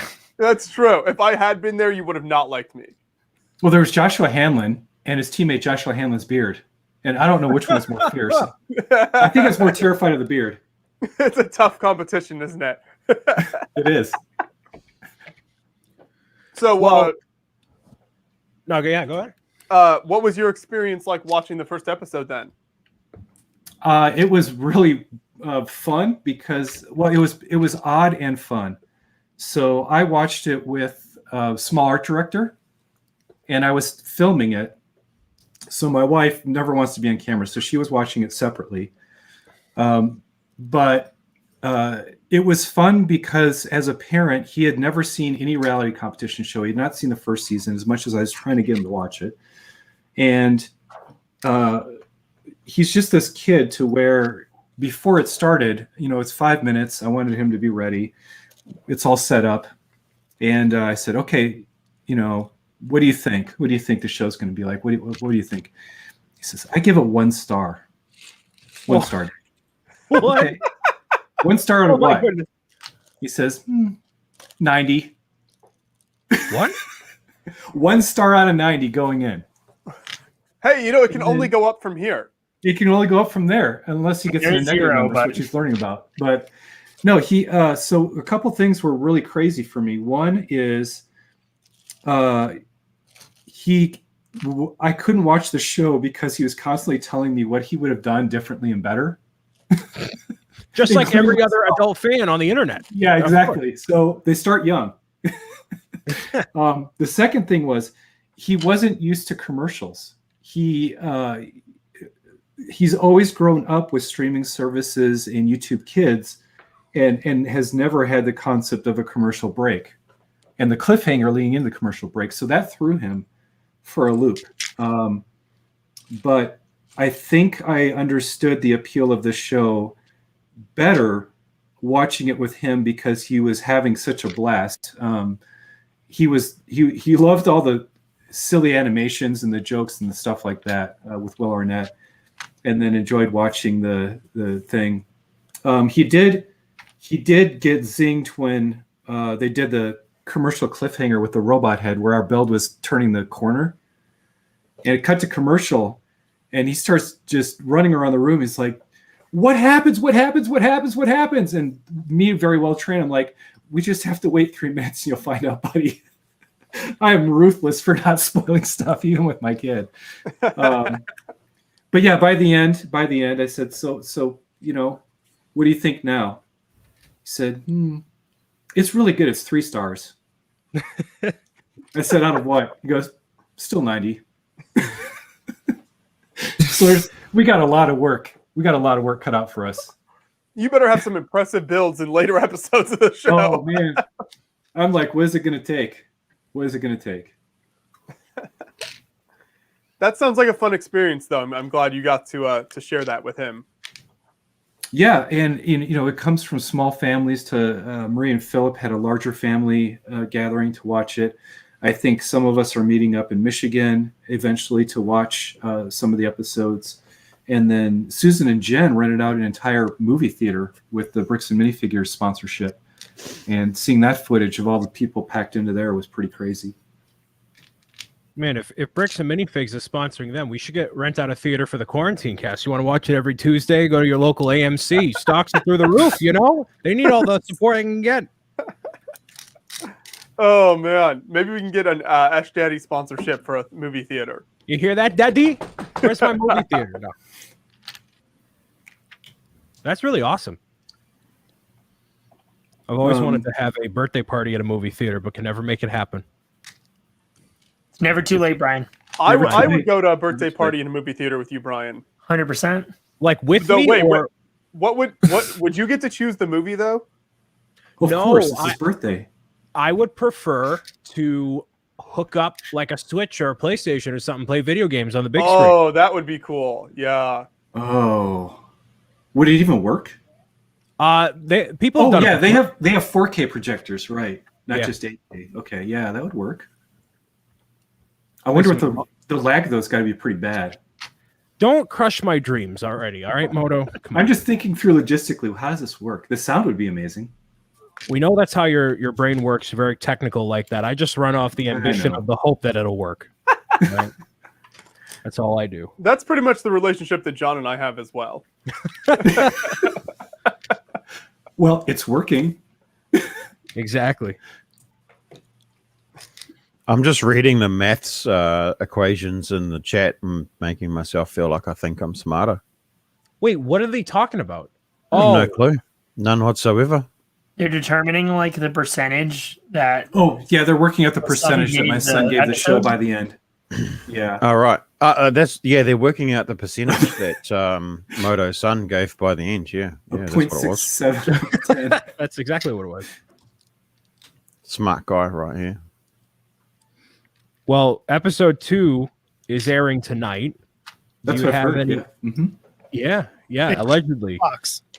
Well, I Eastern think time. it's about time we got some predictive maths on that. What do we think that Moto's son's going to give this one? Ooh, this can be the weekly bit. What do we think? We don't care about who goes through or not, but what's Moto's son gonna rate? I'm this gonna show? say I've been it, working on gonna him. rate I've been it. working on him over the week, so I have a. I'm gonna say it doubles to 6 out of 90. Okay. Okay, 6 out of 90 from Josh. Brian, what do you think? I'm gonna say a 14 out of 90. Ooh, Okay. wow. You're expecting big things this episode. Now I remember, am. he's got a very creative imagination, so you guys can't assume that the baseline will remain 90. Okay, well, in that case. So all bets are off. 3 out of 67. 3 out of 67. Wow. See? Yeah, You I can was, tell April has kids. That's how 1 she over goes. 33.1/3. Okay. yeah, I think he's going to take. I think it's going to be 4 out of. No, I'm going to say 7 out of 40. You guys are coming up with these like ridiculous fractions. I love it. Kirk, you mad genius. What do you think? 5 out of 75.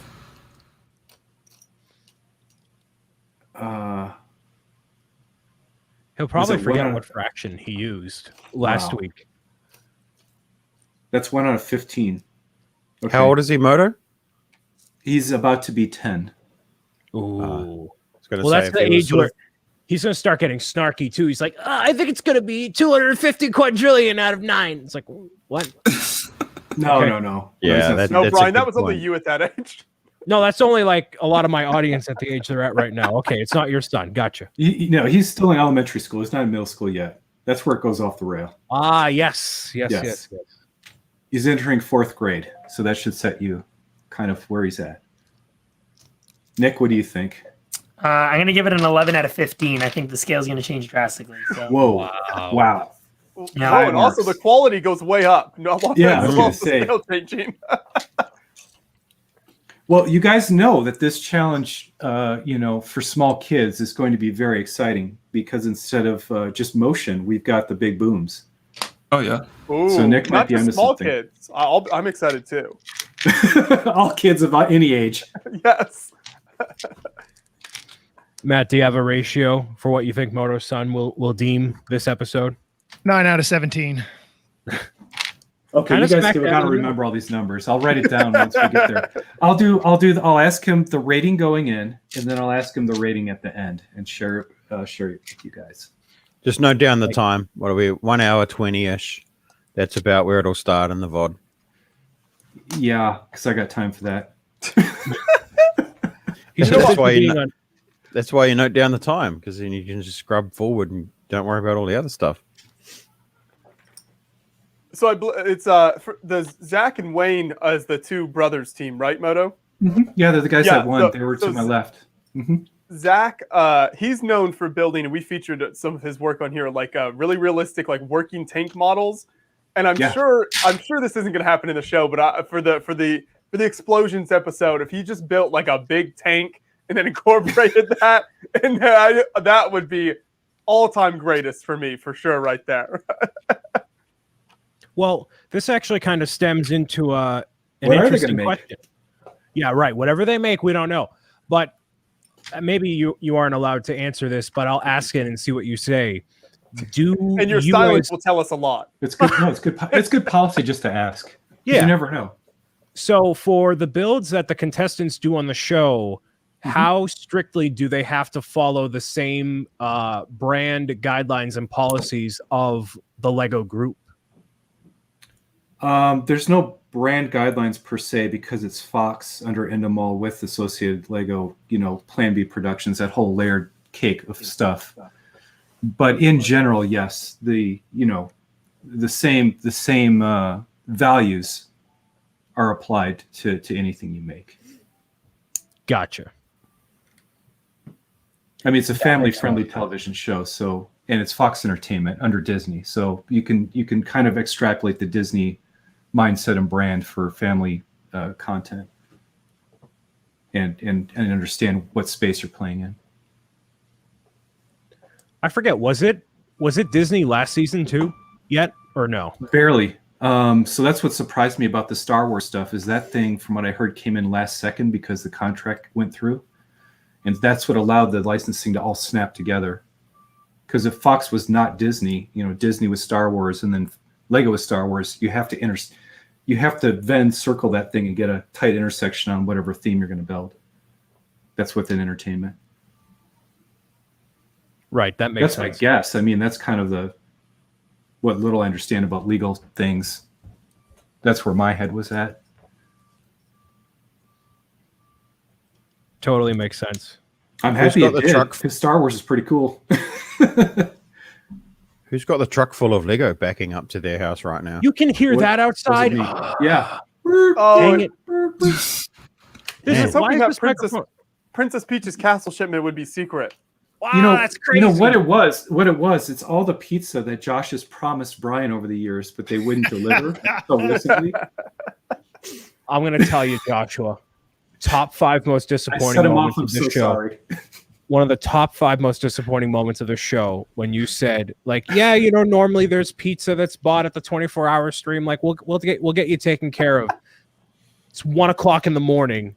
My poor stomach ravenous for some grease, and here I am doing my best with you and others to entertain people for 24 hours straight, and I'm starving with no pizza on my desk. I'm so sorry. Stuart has been delivering every year, and I don't know what happened. Not every year. Had been. You just needed to correction. He had been. Had been. He saw you, Brian, and was like, that man does not need more pizza. Oh, it was about the time it was we were a having public a health conversation. concern, Brian. It was done out of love. It was. No, that's fair. That's fair. But I got Domino's with the cheesy bread anyways. I made it happen. I don't even remember what I ended up. It's usually like a bunch of Thanksgiving leftovers. That's usually what I end up having. I remember you having a lot of pickies, but you didn't order pizza. I don't remember at any point. No, I don't think so. Nah. There's still more math in the chat, so that's disappointing. What Brick's talking about? The sum of square root of fractions and n1s. Do you think we do math on this show? Look at us. I can't even read that and pretend to be smart. Only I don't Lego even know what it maths. says. Only Lego maths. That's the only maths we do. I'm checking it. Fraction. I've never seen the overline function. I don't know what that is. The rest of Lego it. maths.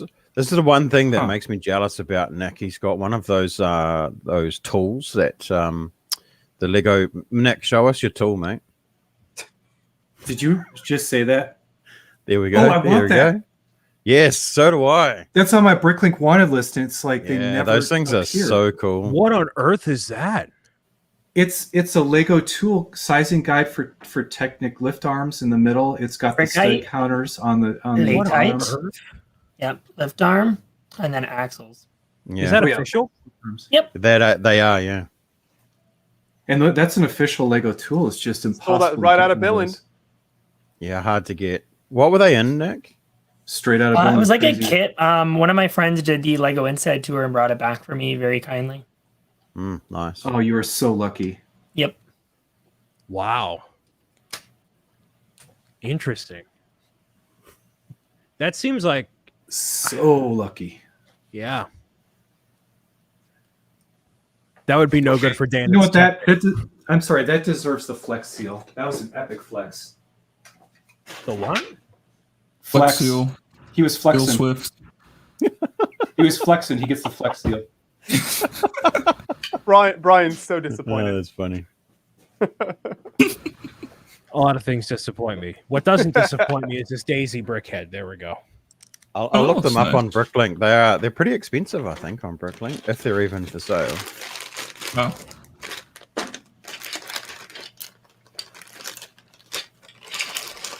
So all the ducks are done. Got all your No ducks in more- a row, man. It's No good. more ducking around for me. You've got a bunch of things you can't build there. Nothing. that's, Yes, I past have an embargo? exuberant amount of things I can't build Oh, here. And I'm man. mad about it. That's disappointing. You telling me? I'm looking at 3 of them right now. Come on. What are we doing? Oh man, quiet coyote. Quiet coyote. Inside voice, Brian. I have a lot of things I can't build, and it disappoints me. Well, they're not Soon. actually. They're not that I badly understand. priced. I understand. They're not what then? I was going to say they're not that badly priced. They start at 65 New Zealand, which what's that? Probably 45 US. I mean, if you care a lot about that piece, like a lot. It's finding Probably. a listing that's difficult. They are expensive. It's just finding one that, when it comes available, is difficult. Oh, there's one in the US. A lot of bricks. It's the second cheapest one on Bricklink right now. $54 US. That's a goat trade. Pretty much. Oh, It's funny how I can say one thing, you guys immediately did the currency conversion and understood the joke. That's awesome. That's right. I actually have something over here that might make Joshua jealous. You want me to show you guys? You Gonna know show how us your much goat? I love it when you make me jealous. Yes. I went to the Providence Brick Exchange recently, and I got a couple things that I haven't showed off yet, but I'm in the process of building, or rather getting the parts for, because they were not complete. So one of the things I got of 3 was this bad boy here. Ooh. I got this. Oh, the original Millennium Falcon. Nice. Brian, I UFO. love that the temperature sensitive elements are crazy. There's temperature sensitive elements. Yeah, you put the heat from your hands causes them to reveal yeah. and change things. Yeah, I see that in the bottom right hand corner. Nice. Yeah, it's awesome. That's cool. I don't know if those are in there, but whatever. So I'll show you. Now, this is the one I think most of you will be jealous of, and the only one right now I'm getting the parts back to. But this one right here. Oh, that's some quality wow. stuff right there. Look at that hot air balloon. Oh, I love Yeah. that. I still hate you for showing me this on Friday. Look at all that beautiful Egyptian architecture. I love all of those pieces with the hieroglyphics and art on it. That's so cool.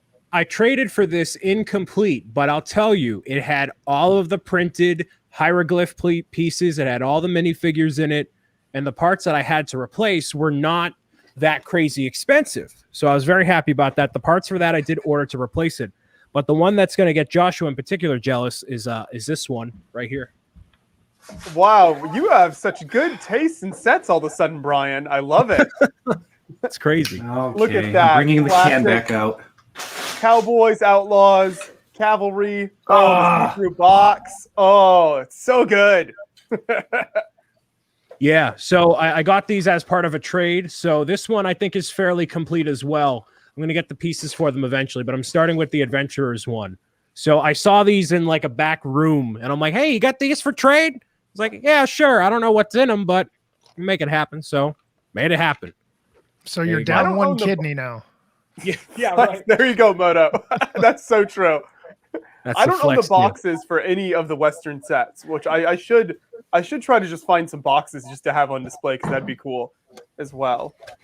So what's Yeah. crazy is someone from work gave me Fort Lego Rado for free Ooh. from their childhood, and that's the first Western flagship set, and I still haven't put it together. Wow. Now, was it the when did the first one come out? I don't know the date. I know that it's one of these firsts. So I like to collect firsts.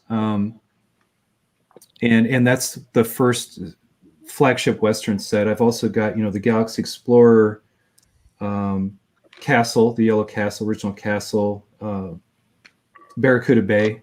Brick says 1996. There you go. They would know, yeah. And there was a first Technic set auto chassis. I just love firsts. I don't know what it is. Yeah. Maybe early 2000s remaster of it. Not remaster, but reissue, I think. Something like that.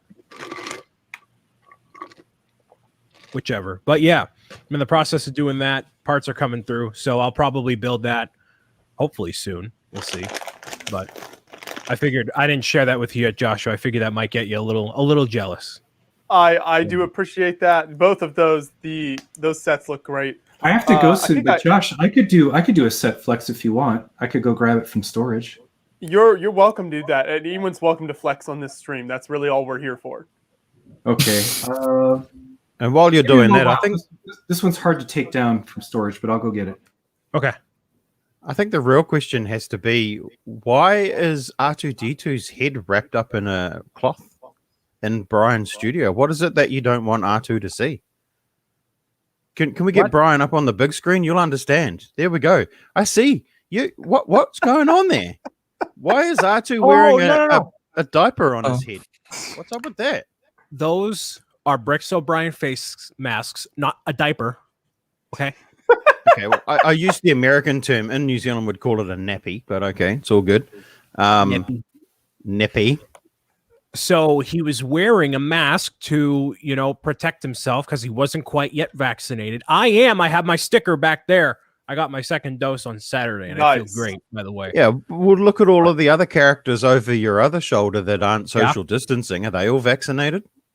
They are, actually. Oh, that's good. That's good. Where's their stickers? They're in the mail. Uh-huh. Dan is really coming out with the hard-hitting questions. Wow.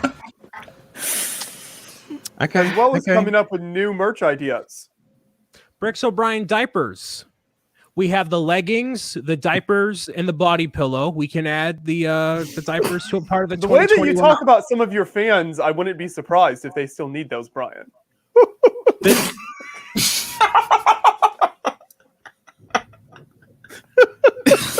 Also, you never made the body pillow happen, okay? I'm still waiting. Is it a Bricks O'Brien? Like, is it shaped like actual shape? Like a with body? the little square head. Yeah. Oof, that's some scary looking thinking. I'm having some. I want one of those. Joshua, did I ever tell you about the pillow? No, you didn't. Can we get a Bricks O'Brien body pillow sent to New Zealand? No, the first one's going to Alyssa, okay? Why? Why would I send it to... Okay, let me tell you about the Bricks O'Brien pillow, Joshua. And for anyone else in the stream who hasn't heard this story, I feel like No, I didn't tell it on the 24-hour stream because it was a Christmas thing. Mm-hmm. So it was Christmas Eve last year. And I got a message from somebody who is in the mom squad. And she's a fan of mine. Her son is a fan of mine. Been for a very long time. And the mom messages me. Her name is Katie. Katie messaged me and said, "Hey, look what my mother gave to my son for Christmas." And her mother made for her grandson a Bricks O'Brien pillow. And the pillow consisted of the Bricks O'Brien mascot, kind of like this, a couple other things like that. And not just that, but it included actual in real life pictures of me, like my Facebook profile picture, other pictures that I had across social media that were not available for random people to use. One of those in real life pictures was a picture of me with a fan at the meetup I did in New York. But she cropped out the kid in the picture and put just the picture of me onto the pillow for her grandson. The mother had no idea that this was happening. The grandson had no idea this was happening. So I guess there is a desire for someone to get a Brian Saviano, not a Bricks O'Brien, but a Brian Saviano pillow Oh, to be fair though, it would have been weird putting some random kid on a pillow, surely. I think it would have been weird putting a 25-year-old man on a pillowcase for a child. But you know what? No, that's not weird, is it? Is it? The taking photos from Facebook is such a grandma thing. Just going and like downloading like really low quality photos from Facebook or something. But Brian, on a pillow, you're just asking someone to buy that thing just so they can punch it. Oh, way to bring it down, Moto. Wow. Punch it like Dan punched that Mario cutout last night. Sorry, Brian. Moto, I don't you think they want would. to on us, Moto? Hey, what do you got, Moto? What do you? I apologize for shifting the tone so suddenly toward the I dog. am Bring up the now, fix. I'm wishing for anyone except Moto and Paris to win Lego Master Season 2. You have been demoted. Thank you. You do not have the most luscious locks of Lego Master Season 2. I do not. What do you have? Imagination. Oh, there it is. So this was a gift for my brother, and I put it away thinking I would build it with my son. But unfortunately, it's now so expensive I can't open it. No, you can open it.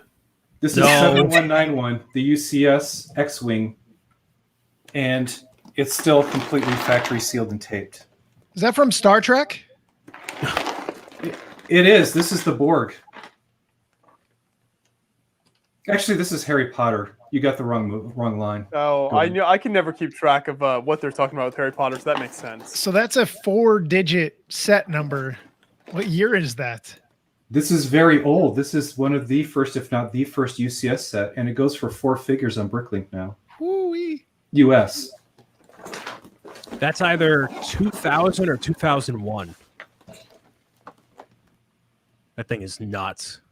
Yeah, just look at how far we've come as far as UCS builds. You can just look at the nose and the way it's put together with those older elements, how they made it look really, as good as they possibly could with the elements available. But now with all the curved slopes and stuff, it's just no contest. So Jake Studs on Twitch is trying to pressure you to open it. Absolutely not. And Oh, Panfred no. Nudo No. is very jealous. Very, very jealous. Yeah, but that and the TIE fighter over there, are kind of so I've got the X-Wing and then I've got the UCS TIE fighter on the floor down there. And I was smart enough, after I had some flooding, I put the box up on a riser so it would never get damaged. But yeah, that's my Star Wars memorabilia for the stream. I might go put this back in plastic before go ahead. High tech stuff here. Museum preservation quality stuff there. Oh yeah, absolutely. Hey, at least it's not a lightweight kitchen garbage bag. This is the real thick, heavy duty stuff. Because no expense was spared.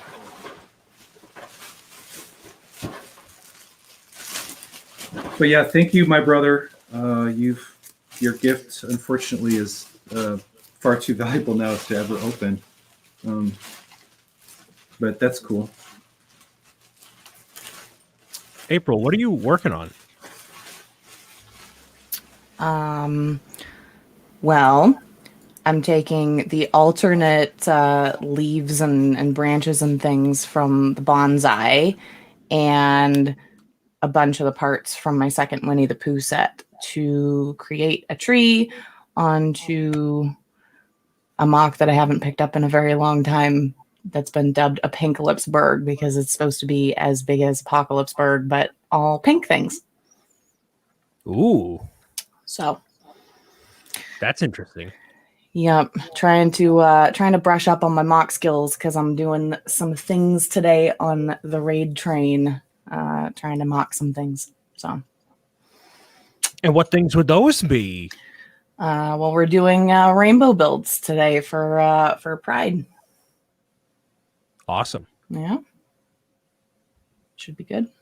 I saw a little bit of sneak preview of that myself. It looks very, very nice. We're looking forward to it.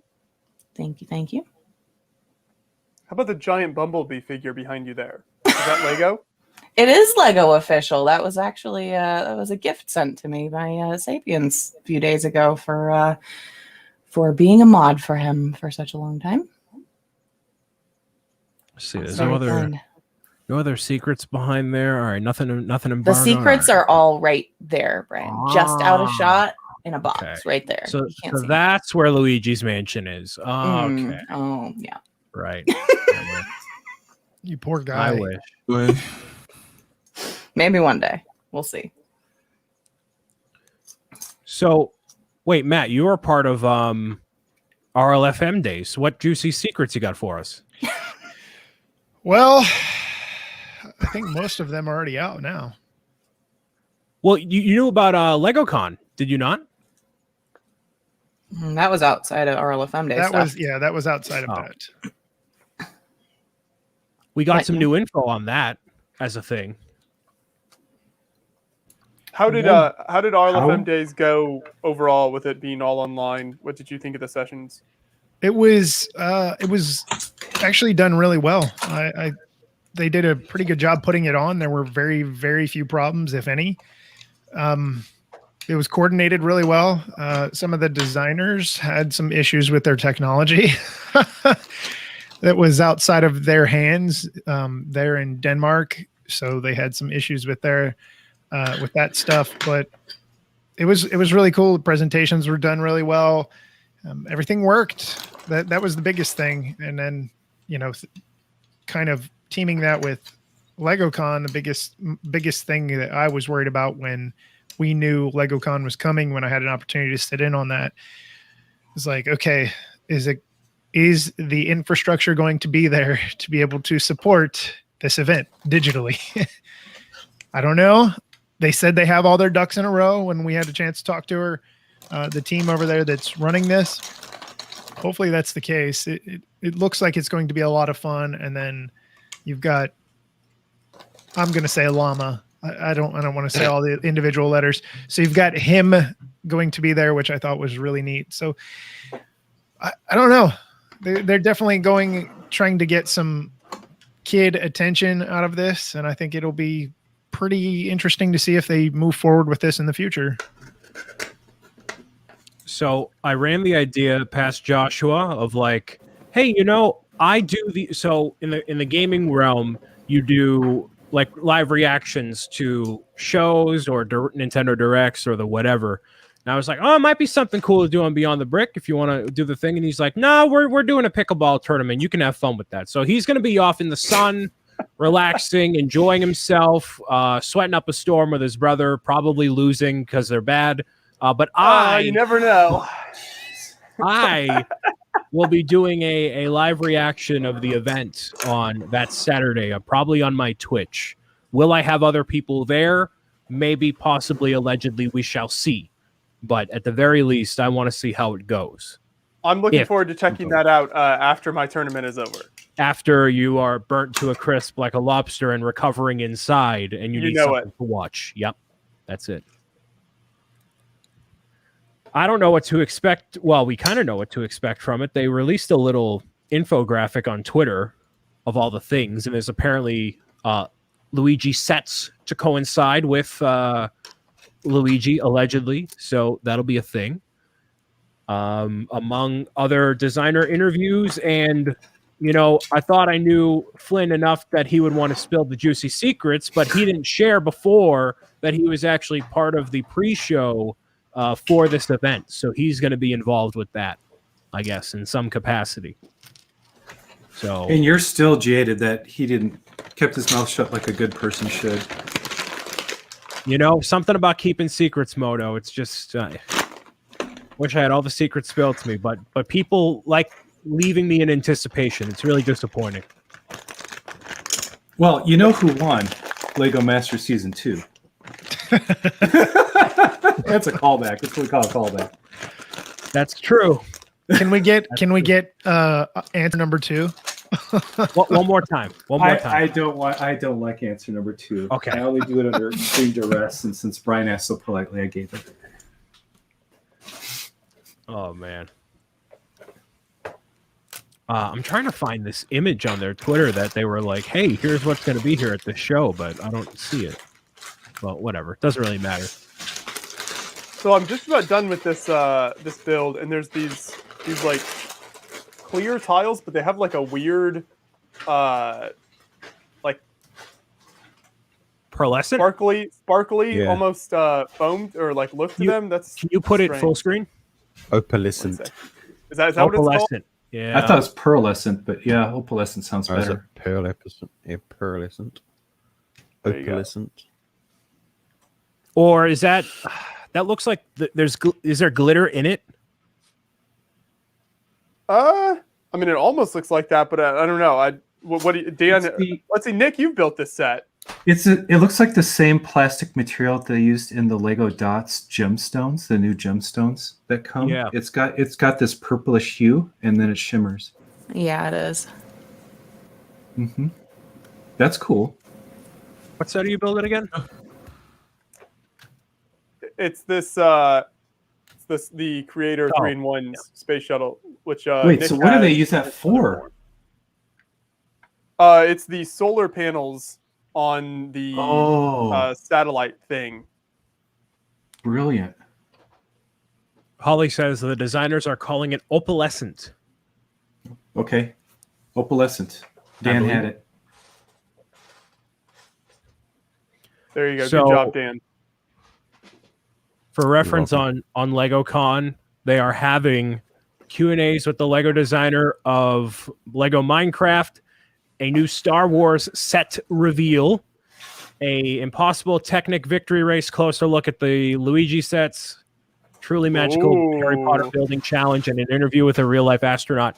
So, you know, we have a couple group chats. We talk a little things here and there. And we were discussing about that Star Wars set reveal. Now, there have been things that have been, official sources talking about what Star Wars sets are coming out for the summer.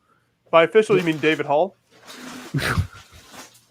Yes, I mean, actually, yeah. And it's been on Brickset and all that. We'll leave it until we have official images, but they are saying that there is a Lego Star Wars set being revealed that day. I am under the impression it is something we have not seen before, even amongst that latest announcement of things. Mrs. April down below is very pessimistic. It's going to be the gunship, mate. I don't think so. I don't think it's going to be the gunship. This is an What's this? event. Okay, this is the only reason I say this. This is an event that's geared to kids ages 8 to 12. There's a very small A full segment. Why would they reveal an 18 plus UCS set to children who it's not even geared towards? I think it's going to be the play set Slave 1 or something like that is more geared towards that age group. You know, just because it's been leaked out by a seller or whatever, like that doesn't mean that everyone's seen it. And I don't know official embargo dates for that stuff, but I mean, it just doesn't seem. I believe it's going to be Junior's Grogu battle pack. The battle pack is what sells it, folks. Junior's Grogu battle pack. Way to think big. I like it.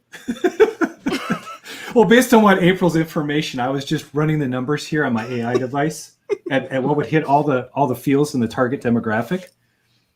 Grogu, Junior's battle pack. Put those together. I'm telling Just you, an army of Grogus. So, Junior Spoilers Grogus. for new Mandalorian season. Junior Grogu's battle pack. This event is geared for ages 9 to 12, and Ryan Faulkner in the chat is like, will we get the Seinfeld set reveal? That what screams 9 to 12-year-olds than Jerry Seinfeld? That'd be awesome. Yeah, I went with Juniors because Duplo would have missed the mark. It would have gone too underage. Although Duplo Grogu sounds like something I need. I don't know why. Right? It does. It totally does. It'd One be like day. 4 pieces. Exactly. It'd only be 2, probably just the little body and the headpiece. No. The Duplo figure's 1 piece. It's the floating thing that's 2 pieces. So it's a 3-piece set and you're there. There you go. It's just snap, snap, snap. In the front, shield, snap to get the Why are hinge you lid working to- in Billund right now, Moto? They don't want a guy like me over there. What are you talking Too many about? good ideas. They're all the just same like you. You would fit in perfectly. It's the same reason they ever brought me over because I got all these great ideas, and they're like, "Nah, we can't possibly pull this They're off." afraid of I'm you is using- what it is, Brian Brian. just They're used- afraid of I'm me. using It's my- from Mario. I'm using my imagination. Moto, you can never get rid of that rainbow because that's perfect. To leave it right there for the imagination bit. Yeah, but see, So- No, Brian, I'm like April. I'm participating in trying to build a rainbow. In case you guys are wondering why this is here, this is my thing. I'm trying to do for the month for the whole everything is awesome challenge, or not Matt, what were you challenge, saying? celebration. Celebration is a better word. Brian, you would work well with Lego. I mean, you have an audience with the 4+ range. I mean, you could design that stuff. 4+ Mario when? I mean, that might mean we get minifigure Mario. So, hey, I'll take it. I thought the Mario we got was already 4+. It's about the right Okay, size. Dan, Isn't all it? right. We Hot get it. take. Hot take. Brian gets sent to Jeez. Billund to do Duplo Mario. Duplo Mario. That's actually not a bad idea. Okay, let's just Joshua. How's that? I'm just gonna Hey, show this off Josh while is you here to guys make save fun us of all. Brian. There we go.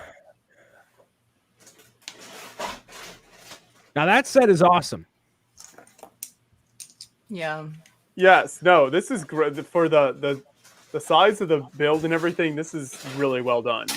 I mean, it's probably going to make it hard to sell the bigger shuttle that they released shortly before this because I feel like a lot of people will just be happy with this.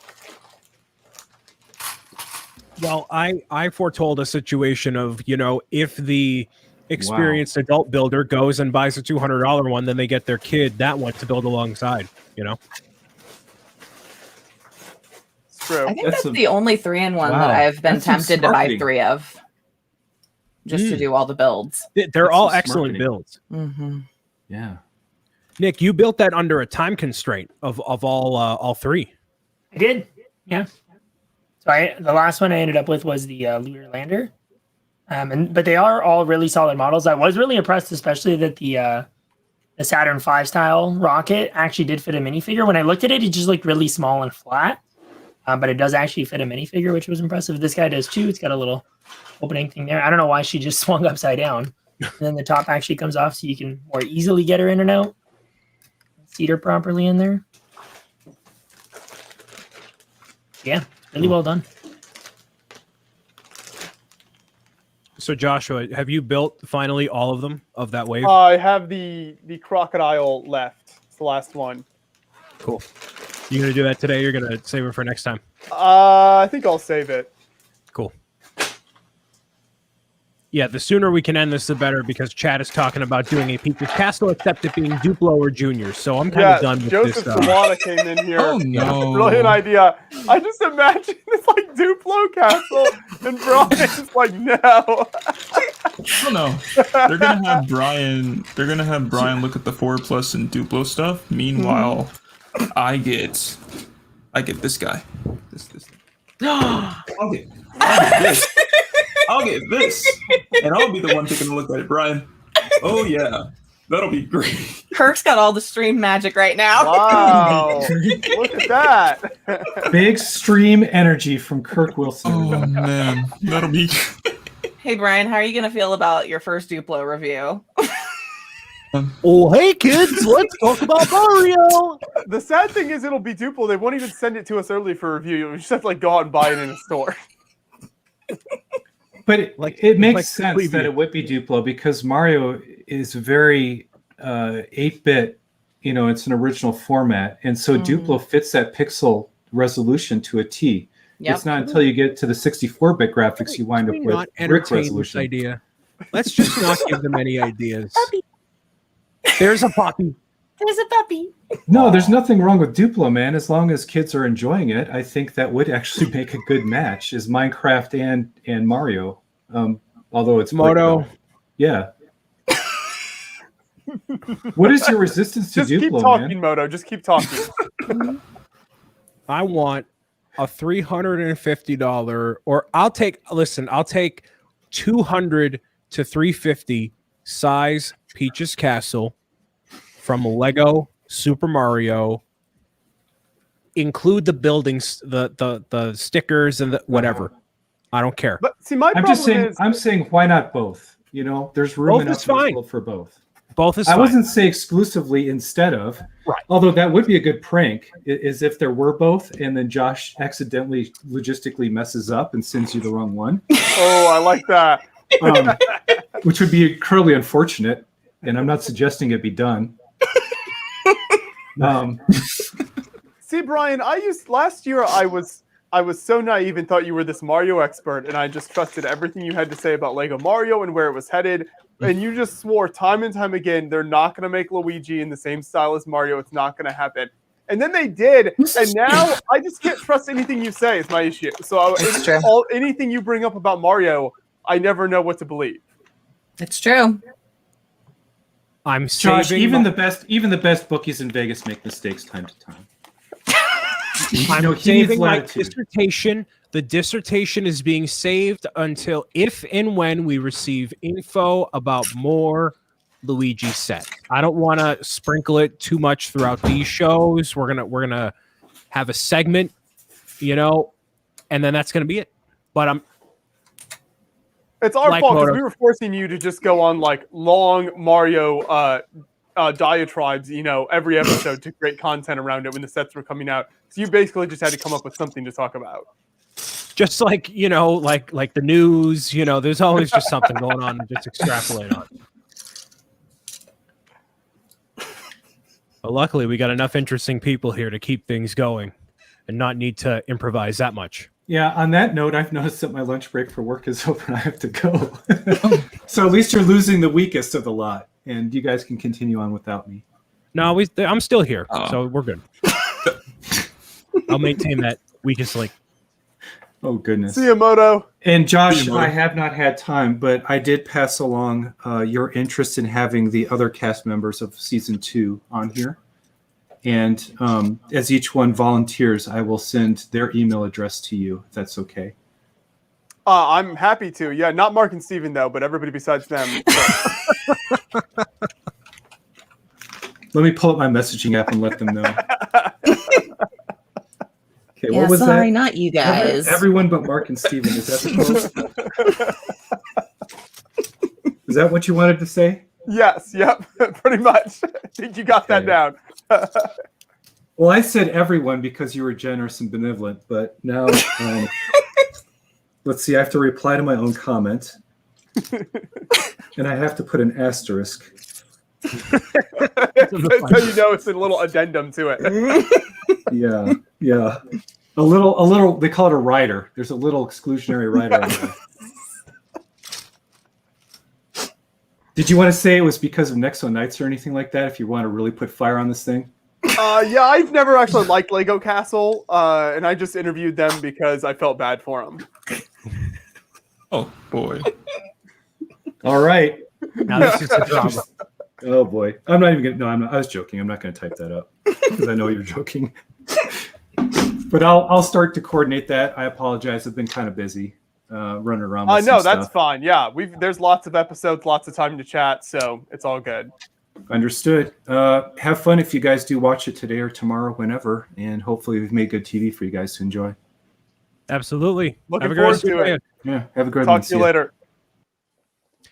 Joshua, how long do you plan on letting this show go? Because Married with Brick says that Brian's going to be reviewing the Mario Duplo sets at his ice cream truck meetup, and I'm starting to about get done Oh boy. with this conspiracy about. there's so many good ideas in the stream this week. That's what There's I'm really not. You're just sitting in a park surrounded by Mario boy. Duplo sets, and an ice cream truck drives up. Oh man. I'm pretty No, sure this they is have such a good those little idea. character ice creams that are Mario at the ice cream truck too. So it'd be perfect Oh, that's true. Yeah. with the little bubblegum They do. eyes, Ryan is so done with all of us today. It sounds like that's a scandal that's going to get me kicked off the internet. Everybody gather around and start eating your ice cream. Welcome to Duflo 4 Plus Super Mario Sunshine. You And I'm making all the Oh, So much drama I just over looked the them up. years. They're horrendous. The ice Mario creams? bar. Yeah. They do not look like the packet. No, They never do. They don't look like that. Oh man, there's some. You ever see the Sonic with like the demented eyes or like all that way? Yeah. SpongeBob as well. Yeah, yeah. Teenage Mutant Ninja Turtles. Wow. Well, we could change the subject and circle back around to the Star Wars reveal for the 26th. It's gonna be the gunship. The source material for the gunship is a cartoon. Okay, that's where you get your 12-year-old age bracket. The source materials from Clone Wars. Set. Doesn't matter. It doesn't matter. The 18 plus sets on the box is simply just Lego advertising. How many 12-year-old boys sorry, I have to take that back. How many 12-year-old kids don't want a UCS set? Come on. Especially if they're into Star Wars. And especially if they're into Clone Wars. Clone Wars has a massive following. It's going to be the UCS gunship. We're gonna have to put money on this, Dan. Definitely. Definitely. Bubba LeVeaux thinks it's going to be a new UCS updated Battle of Hoth playset. New microfighters man. reveal. Ooh, that brought back some bad memories. I think I had suppressed when that set came out. People really hated that one, man. I felt don't so know bad why. for the designer. Yeah, I always feel bad for the designers when a set gets a response like that. It's tough. Yeah, but that one was valid. That was a valid response.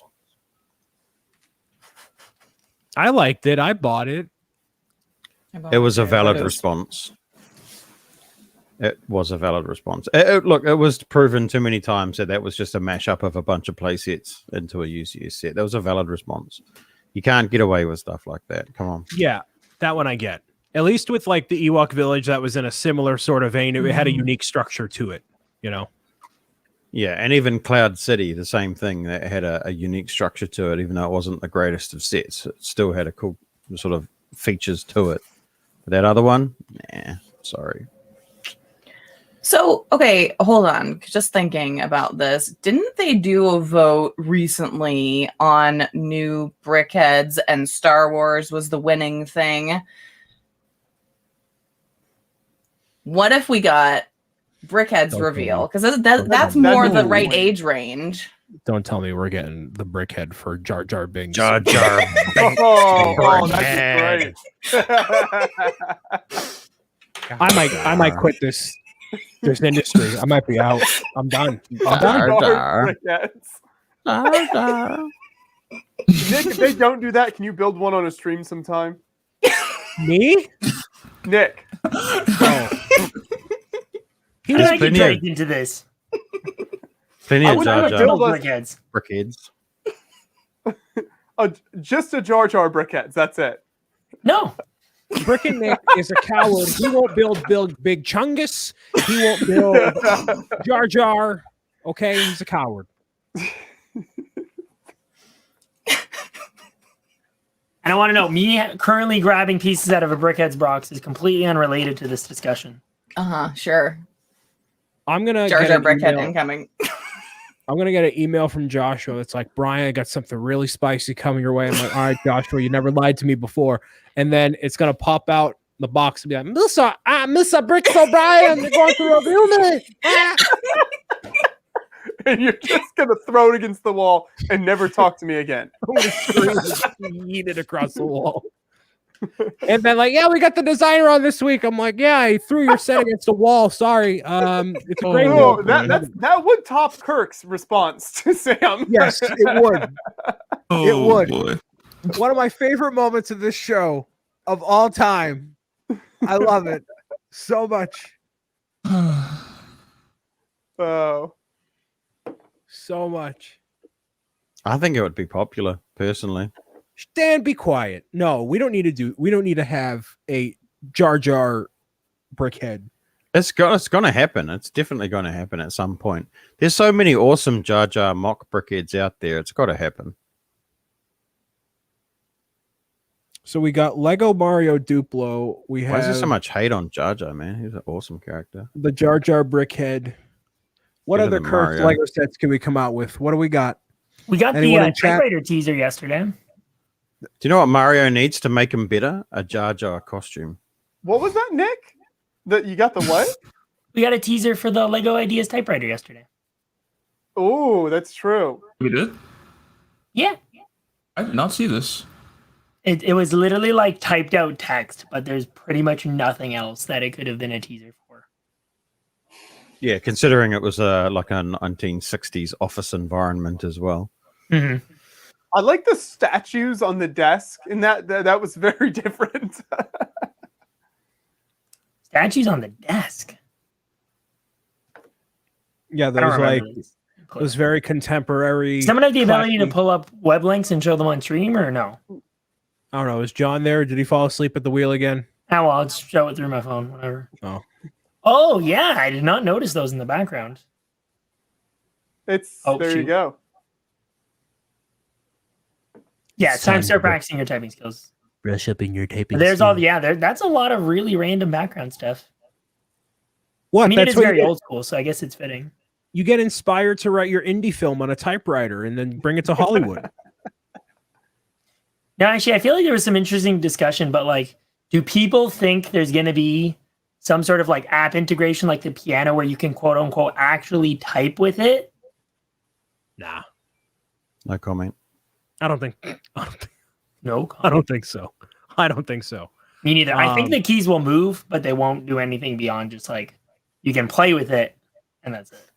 No comment. You need to go through the same media training that Moto did, Dan. Bro, No, Fox he would and totally Mac too. fail it. He would totally Dude. fail it. Come on. I'm unable to participate in this conversation. you see how that Mario's winking in the background? Yeah, there you go. I'm with We're Dan still on waiting this one. for we're still waiting for Tom Hanks's people to get back to us on when they can he can join the stream to build the typewriter with us. Llama is gonna kill Mario. Wait, what just? What you say? He just boomeranged llama into Mario back there. Oh, That had so many layers of symbolism. Yeah, it did. Yeah, it did. This is modern art, Dan. Wow. You're welcome. You just suddenly said like that video was taking out Mario and allowing for space on shelves like for the Bugle in one swoop. I know. I'm an artist.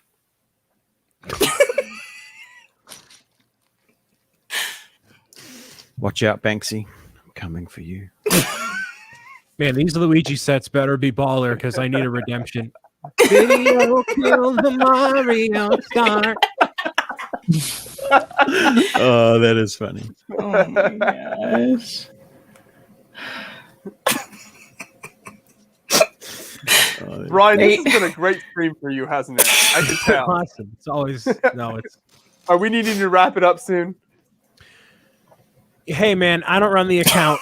You want to call? I can keep going. I can bring up. Did any other Lego news happen that's not embargoed? And that's Did Dan can talk about? Wait, hold on. I just checked my email and I see a thing. There it is, Brian. Perfect.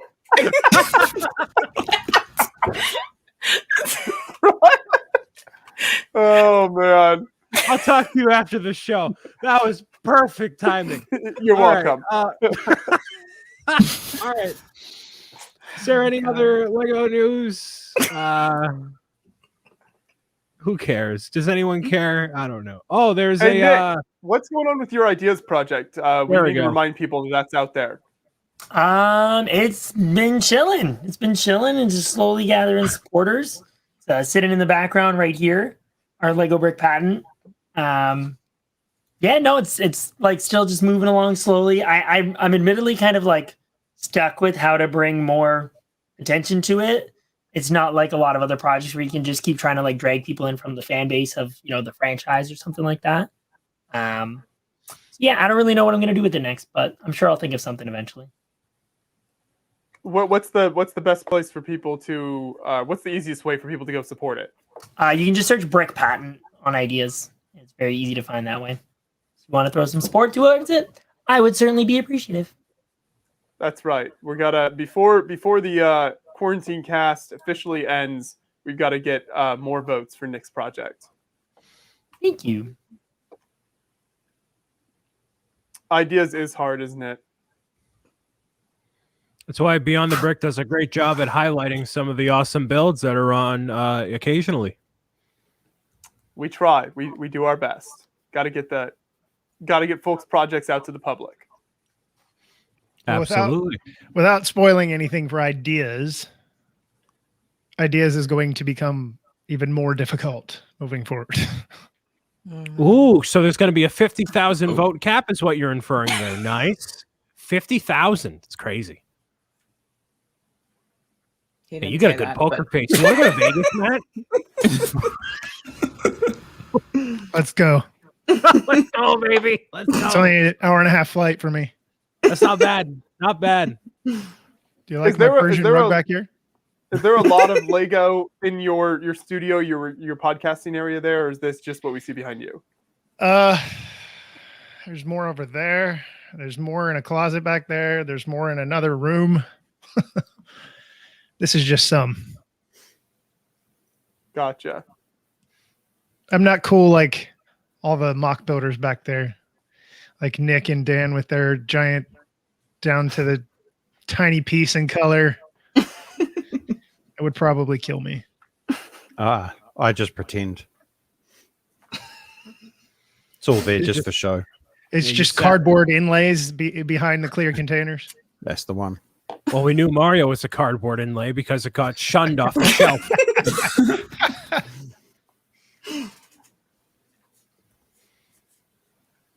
I really like these little builds from Build Better Bricks. It's like summer themed ones here. Very good. You gonna put mustard on that watermelon? Oh yeah. Joshua's not up with the times, Brian. Come on. I feel like it's a great. We should have a discussion about this. I can't keep up with that, Brian. You're too busy. Yeah, I feel like we should have a discussion about this too. Why would you put mustard on a watermelon? Apparently, it's delicious. How? This is the first time I'm hearing about this. I've seen multiple videos of people trying it and being very pleased with the result. It's gotta be fake. They're just faking that stuff, man. They're just I trying to sucker you into trying Billy DeFranco do it, and I'm like, there's no way this guy's pulling my leg here. I tried it. It's disgusting. Is it? DeFranco wouldn't do that to you, Nick. And the next time I get watermelon on my hands, I'm absolutely putting mustard on it, though, and give it a shot. Like putting butter in your coffee. Exactly. So delicious. You know, that sounds like a certain either threshold limit or something on like the 24-hour stream where like the three of us or whoever does the watermelon mustard eating. Yeah, no, you can count me out. Ruining watermelon with various toppings. The butter in your coffee is not nice either. That's disgusting too. Yeah, I don't know. I love butter, but I don't know about putting it in coffee. That sounds. You got to blend it. It's the only way to do it. Yeah, you got to blend it. What's that called? It's got a name. Bulletproof. Yeah, that's it. A bulletproof coffee, and because it's very popular with people that are doing keto diet. Mm-hmm. And when I was doing keto, which clearly didn't work, it was disgusting. Ugh. You know, now if you I drink it every day. If you put sriracha on some, how do you stay so skinny? Ooh. Drinking buttered coffee. Butter does not make you fat. That's not how it works. It does the amount that I eat. Clearly, it's like a healthy fat. I don't know. I listened to the science behind it at some point. Not what my doctor tells me. You aren't supposed to deep fry it first, Dan. That's the problem. That can play a part. Right. Okay. Don't deep fry the butter. I'll boil it instead. I like that. Hey, I would do the sriracha on watermelon for the 24-hour live stream if we hit a certain threshold.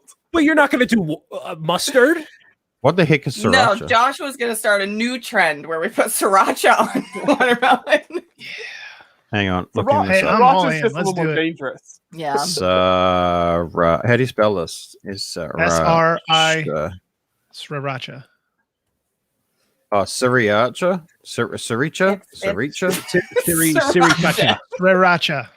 Siri, It's Siri hot touching. Yes, It's hot essentially. sauce. Okay, cool. It's a hot sauce that has like a flavor to it. It's not just hot for the Right. sake of being hot. Yeah. Oh, we can get this. I can get this from Mighty Ape. Sriracha. All right, we Have got a some plan. downstairs. Let's do it. I don't have any A watermelon. though. spicy. Oh no, Maybe sorry, some that's a grapes. spicy slapping card game. My bad. What? That's different. What? There you go. Southern Pacific has it in the chat. Sriracha the game. It's a spicy slapping card game. I probably shouldn't do that on stream. Interesting. Or maybe you should. I don't know. This sounds intriguing. Hang on. Let me go back to the Sriracha hot sauce.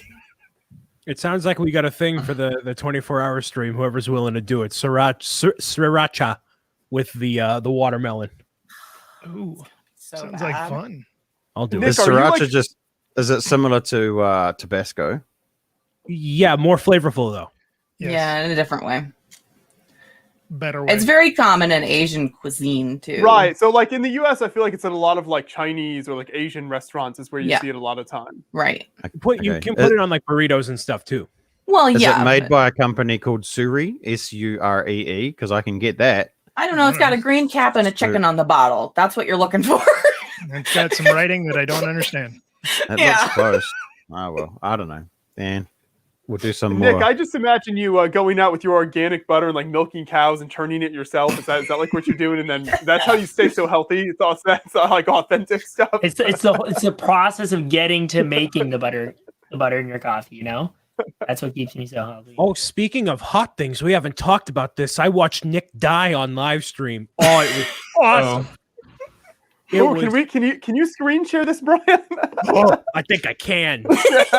No, don't pull it up. I haven't watched it yet. Oh, we're watching Do it. live. Do it, kids. Brian.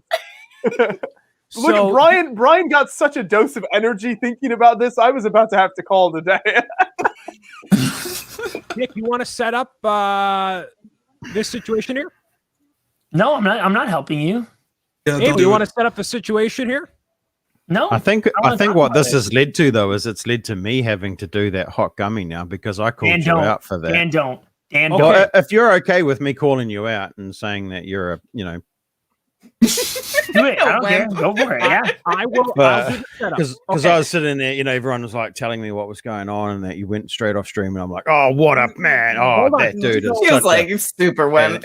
And then everyone's like, well, you do it then. Oh. April Uh-huh. had a goal on her live stream for getting a certain amount so she could get the assembly square. Mm-hmm. And she said she would eat this thing. I actually have a second one over here. This thing called the Lil Nitro World's Hottest Gummy. That is the spiciest thing you can buy on the market. Million there's nothing Scoville. spicier available. So this is what you buy. It's literally a singular gummy. That is it. It is a gummy bear just like anything else. Mhm. And so April did it, and it was very hot. And she, what did you think, April? It was terrible. I mean, I've kind of been known for doing hot challenges over the course of my streaming career, and I think this might be the worst. It was pretty bad, and the mouth burn lasts a really long time on it. It was not fun to keep streaming afterwards. So I saw her do it, and I'm like, I had the pickles on the 24-hour stream. All right, I can do this. You're a man. Yeah. You can handle it. Oh, boy. big tough. Oh, yeah. So I after reaching the contribution goal for my desk, I ate the gummy that same night, and I had sharp stomach pain because I ate nothing beforehand, Oh, and kidding. I may or may not have spit up a couple times. And I did this with my ears, and I was just like, oh, Yep. And that. right to Dude, the you're ears. you're lucky you don't have ulcers in your stomach from it. It's 9 million Scoville units. 9 million. And so, let me see. I'm not going to share the audio here, but this is what Nick's reaction was when he had the gummy. I'm literally like, I'm not watching. Dude, So I he am did the I feel thing so bad for you. This is a thing though, Brian, with some people with spicy stuff, like it Yeah. affects your ears. Like it makes your ears pop and stuff. Absolutely. That's a thing. He's crying. He's crying. Dude, I feel for you, man. I don't How spicy do you guys want this stream to be? man. Do you want the full story of like the aftermath as well? yes. Yes. I've only shared this with a few select IRL friends, but why don't we make it spicy? Okay, so I like maybe like 2 to 3 minutes later, I ended stream because, as Brian stated earlier, I absolutely had the need to go and return some of the contents of my stomach to the external world, which happened multiple times throughout the evening. I would say it took me about a full hour to recover. Maybe the first 30 minutes, especially, I actually had a really severe chest pain. Mhm. I had actually considered calling 911 like a couple times because the pain was Oh, so God. severe. Wow. Because I was like, I don't know what this tightness in my chest could be other than like a heart attack. I think it was probably like an extreme form of heartburn, maybe. That's what it was. Yeah. Me and I April literally that, took off a lot of my clothing because I was so warm and I did not feel like I could cool down enough. So I was just like walking around trying to cool off. Eventually got some milk, which came back up fairly quickly. Bread ended up being something that was fairly helpful. I just slowly took in a little bit of bread No over butter, maybe though. like the last half hour, and that's what finally helped me settle down. But yeah, I would Wow. strongly advise anyone ever going through that experience. It was awful. Thank you for doing it, though, Nick. We appreciate it. Yeah, sure. So the difference between me eating that gummy versus the pickles was the gummy. It didn't. If you touched it, there wasn't any hotness on your fingers. It wasn't it's a food, but it's all concentrated in that bit. So it's just a sharp, like a sting that hits you. Whereas when I had the pickles, it was just hot everywhere. It hit totally differently. And that's what each of us felt in a different way. I didn't get the heart feeling because I'm used to eating so many fatty foods that I feel I'm like them all the time. So like that didn't happen. But I definitely felt in my stomach just like my body was like, you need to reject this, but there's nothing to reject because I didn't eat. So I was just there in pain. And to be fair, when I did my stream, I didn't leave the stream. I actually shopped for Lego for a half hour. Then I left. So I we kind didn't of had a quit similar. either. What gives, Nick? Come on. I still streamed for what? I was streaming with you, Dan. We streamed for another like not cut hour out and a for half it. afterwards. I don't like spicy stuff to begin with. Like, Yeah, that's my the thing. perfect level of spice is like sweet chili heat Doritos. Like that's where I'm happiest. With spicy That stuff's food. not meant to be put in your body. Those kind of peppers were genetically engineered to create that heat. Mm-hmm. So putting it in your stomach, you poor guy, Nick. You probably should go see a I'm GI full, doctor. like don't get me wrong. Like after the hour, like I woke up next day at like 100%. Like there was, I would say 'cause there zero was nothing lingering left. effects of it. But like that, especially that first 30 minutes, it's just not worth it. Like I don't care what you're doing for what reason. How big is that thing? The size it's of a a normal regular gummy gummy bear. Oh, okay. Literally okay. a single gummy bear. That is Oh, it. so it's. I thought it was pretty big, but it's So like did a I. small. No, it's a No, it's- standard gummy bear. Oh, Yeah. okay. Compared I to think like a with, like Big it's Step supposed to look like it has like a jalapeno in its hands or something. I think, but So you wouldn't do it for any reason? Would you do Never it again. again? absolutely Would you never do it again for the kids? Like don't get me wrong. Like obviously, like I was happy to do it for what we were doing. Like raising $5,000 to St. Jude was absolutely incredible. But I would never have that back as an incentive. Not even for like, I don't even think I'd put it on there for like 50,000 or anything. Like there's no amount I would do that for again. I'll do I'd it do it for again. $500. That's I'd it. do it. $500. Oh my Like- God. I'd do it again. Like obviously there's a price point, but like having known what that felt like, it's just I would try to figure out a way to be better prepared for it, I guess. Right. Would be part of- I told you beforehand that coconut milk did it for me with anything spicy. Mm.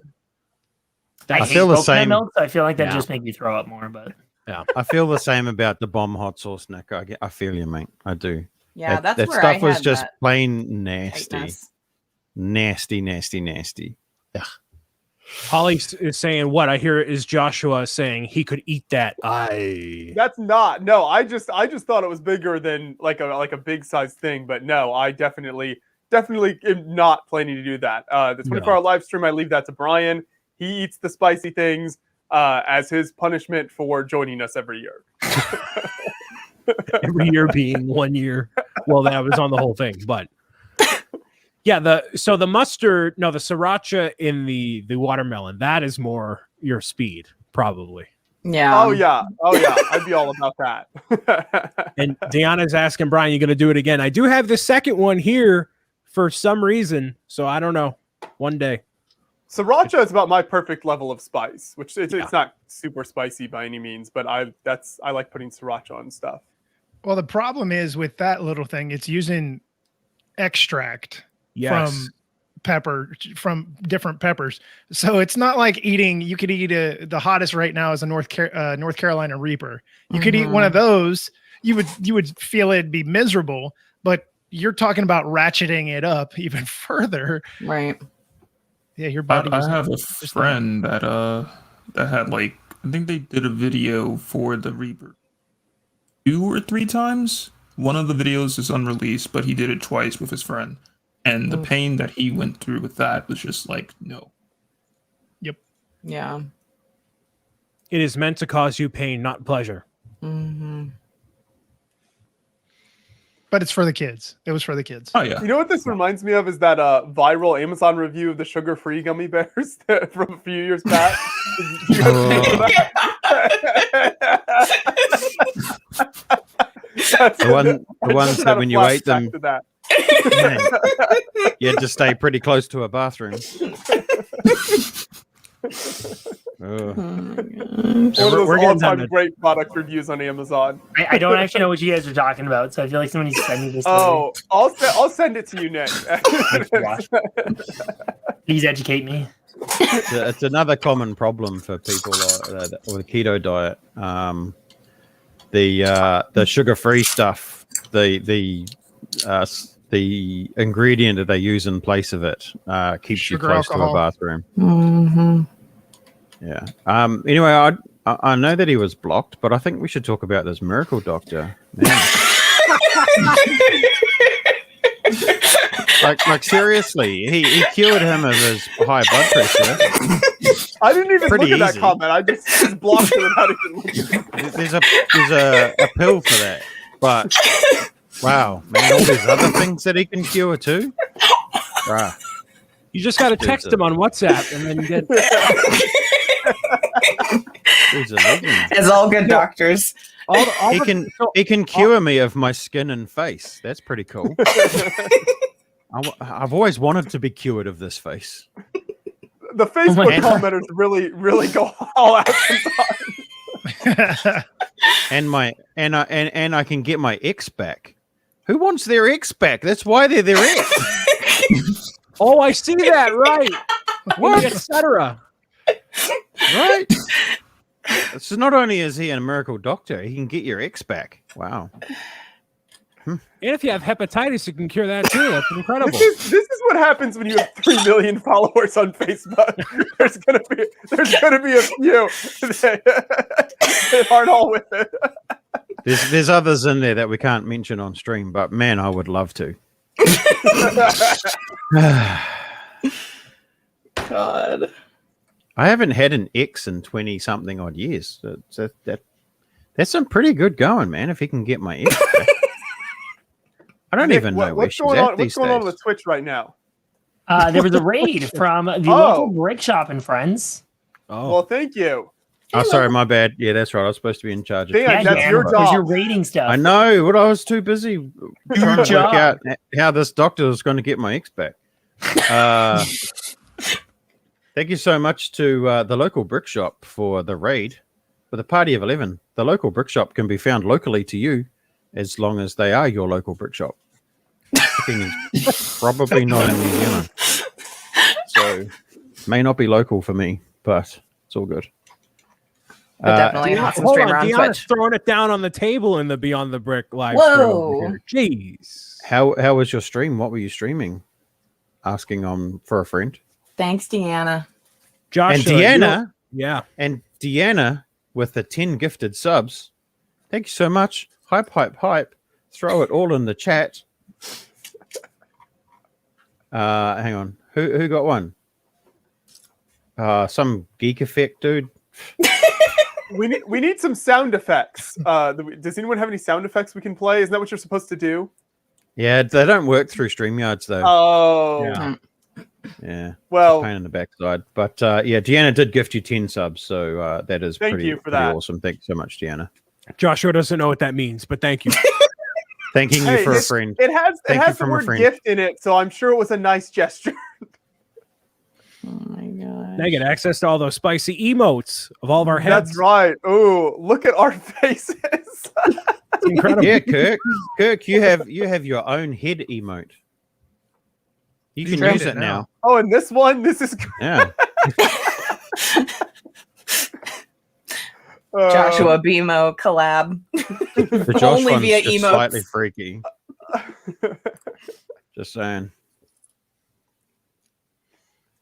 Well, And thank you Deanna very with the much. gifted sub to the local brick shop. Goodness.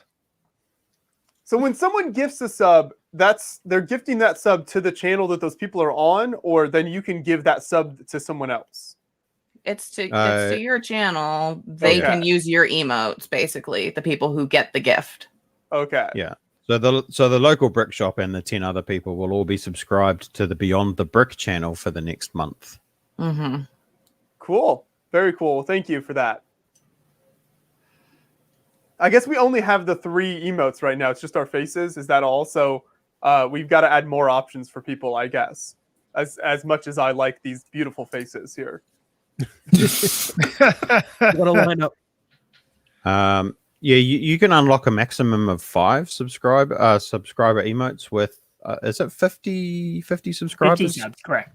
50 concurrent subs.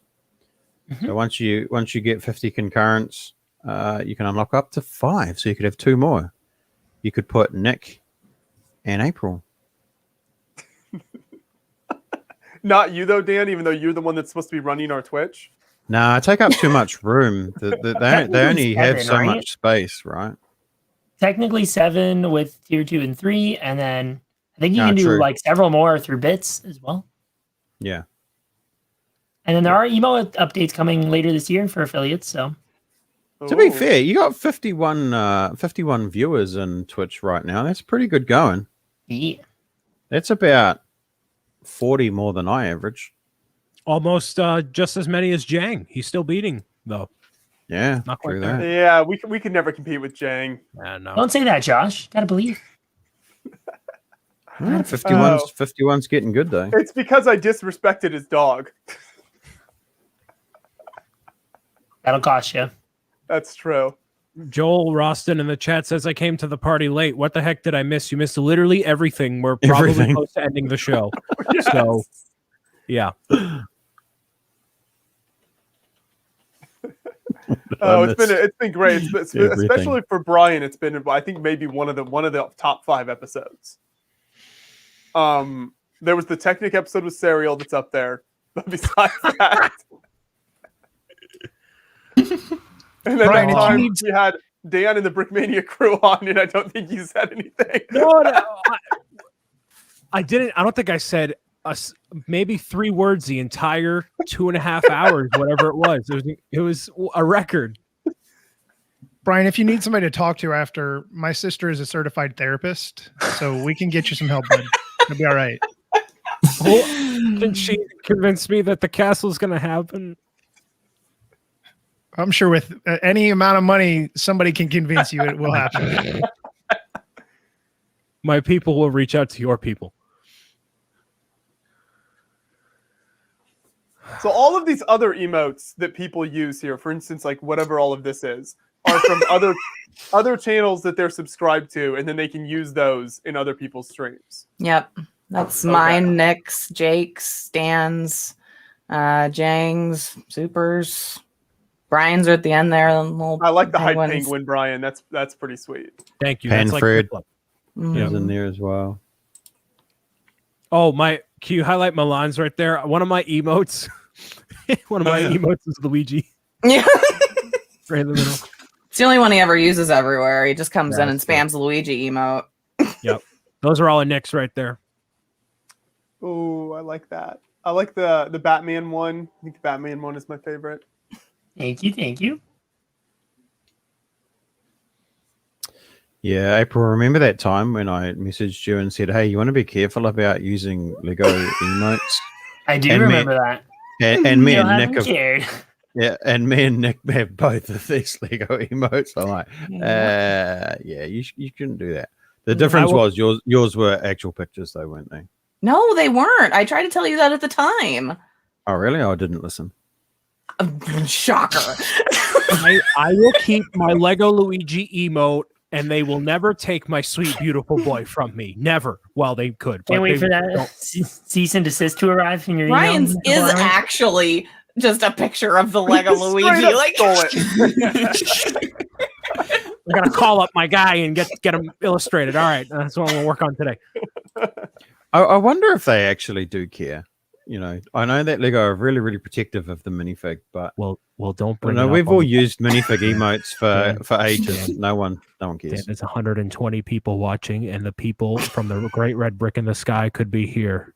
There's Stop 100, talking. 190 if you include all the platforms. Okay, I'd thanks, like to know. Josh. I'd like to know. No one's ever sent me a cease and desist, so Dan's like, can you make an example of Brian just so I know what's acceptable or not? yeah. Definitely. Love you too, Dan. Love you too. Well, in your defense, when you're working with your lawyers to go back at the man, in your defense, Luigi is not a minifigure, therefore probably not protected. So let's just. here we go. Okay. I don't want to talk about my sufficient legal case one way or another with Lego, but What is that?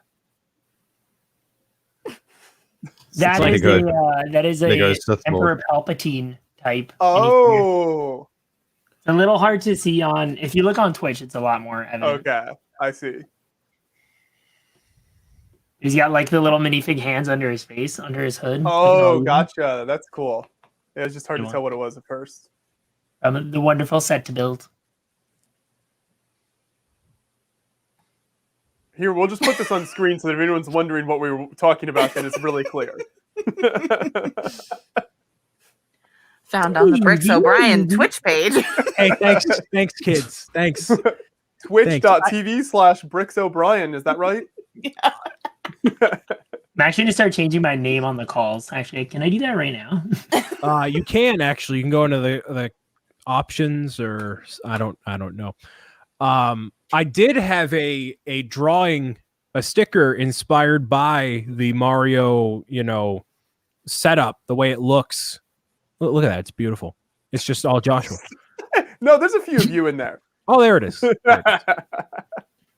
But I had one made of Bricks O'Brien in that style. So maybe before I get the, that at the door, I'll do some swapping. We'll see. I like the sound of that. Yeah, we should swap things around here a little bit. Does anyone here actually build Lego? Nope. Wait, who just asked if we build Lego? Who? Scotty, welcome to the channel. Absolutely not. No. Oh, today? Oh, I built these. And we also talked about how I'm going to host a Mario Duplo session at the park from my ice cream truck. So that's the thing. Oh, I would buy ice cream from you, Brian. I'm glad someone would before I get arrested. Thank you. I'm looking at trying to see what other. There's so many comments with emotes here, and there's so many different ones.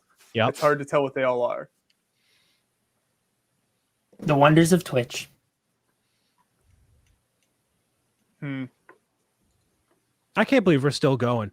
Is there anything else? Anything else we gotta? At this point, we may as well push to 4:00. Come on.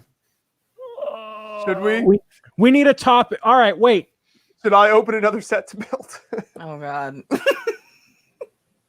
I should have just built that crocodile. It could have been done by now. Is it an alligator or a crocodile? Crocodile. You shook It's a your head yes, crocodile. Dan. Nick just nodded his head like, yeah, it's both. Oh, he's talking to someone else. He's muted. Okay.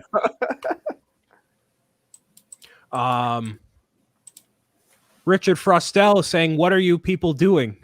Isn't that the $1 million question, Richard? Anyways, Hey Scotty, thanks for coming over and watching on Twitch now for after years on YouTube. You know, we've got all these fun emotes on Twitch, and there's all this. You know, it just seems like streaming culture is a bigger thing over there. So that's the more fun place to hang out to watch us. absolutely, yeah. I'll be right back. Oh, it's both a crocodile and an alligator. Crocagator. That was per Jang. Jang calls it the crocagator so that nobody can come back and be like, actually, Jang, it's the alligator. People get really Mario fits particular there with that. perfectly is terrifying. No, we're just gonna take this full screen for a while and watch it. There we go. Let's just let Mario creepily stare back at us. He A won't little bit fall out of asleep. focus. I think I need glasses. It is a little blurry. He needed it just a smidge back. No, he won't fall asleep standing, as far as I know. He will turn off after, I think, 5+ minutes, but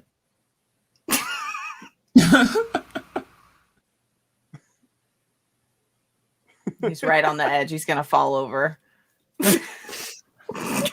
Oh, God. We've come to this point in the we're stream. going into the puppet show portion of our show today. Yeah, now I think we need to call the authorities. Ice cream truck, puppet show.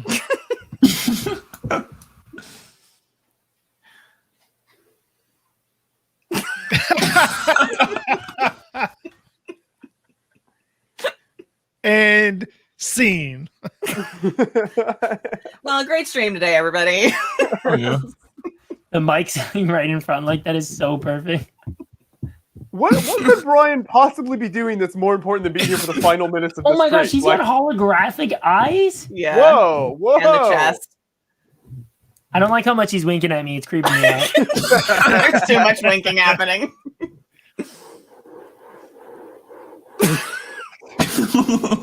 Now it's an ASMR channel. Oh, no. Hey, Brian's done some very popular Mario ASMR. Yep.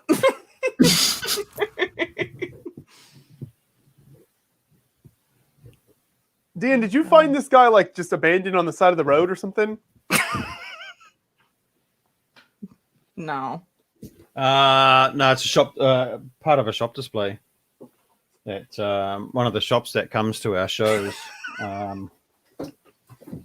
Because I did some Mario stuff at one of the old shows, they gave me that one. I got another one too. I got a little one. Nice. You got Nick has his spaceman in on the action. Can't leave Benny out. Mario's little brother.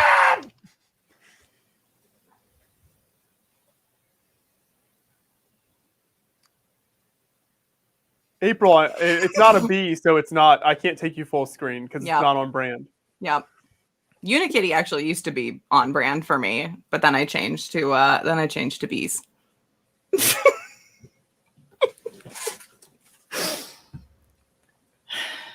I gotta say, your bee branding on your streams is very immersive. When I've seen your streams, you just pull it up and it's feels like I'm inside a hive. So it's great. Thank you. I appreciate it. Come on, Matt. What do you got? I have nothing. I was just repositioning. Matt needs a crown. He needs a crown to be on. He's like, why did Brian tell me to come on? Oh, Lord. Is Brian gone to get pizza? That's something he would do. Just leave the stream and He's unloading the truck that backed up earlier. Yeah. Ice cream and Lego for everyone. Yeah, we definitely got to make sure we get pizza on the 24-hour live stream this year. Just not the pizza he wants. That's what you got to do. You got to troll him. Don't get the pizza he wants. Send him something random. Dan, did you stop by the stream last year? Oh yeah. We were the 2 a.m. entertainment. Okay, yeah.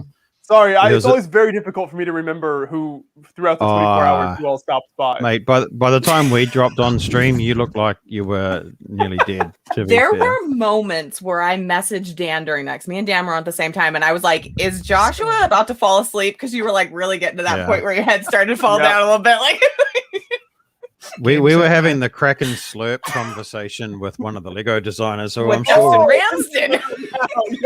may never come back, or he may come so back. weird. Maybe that was the best part. I don't know, but it was a pretty I forgot funny about that. conversation. I'm so confused. Oh, you have You the ruined the- it. You gotta keep it in a small Ah. box. It's not that big. I just want to know how you're doing that.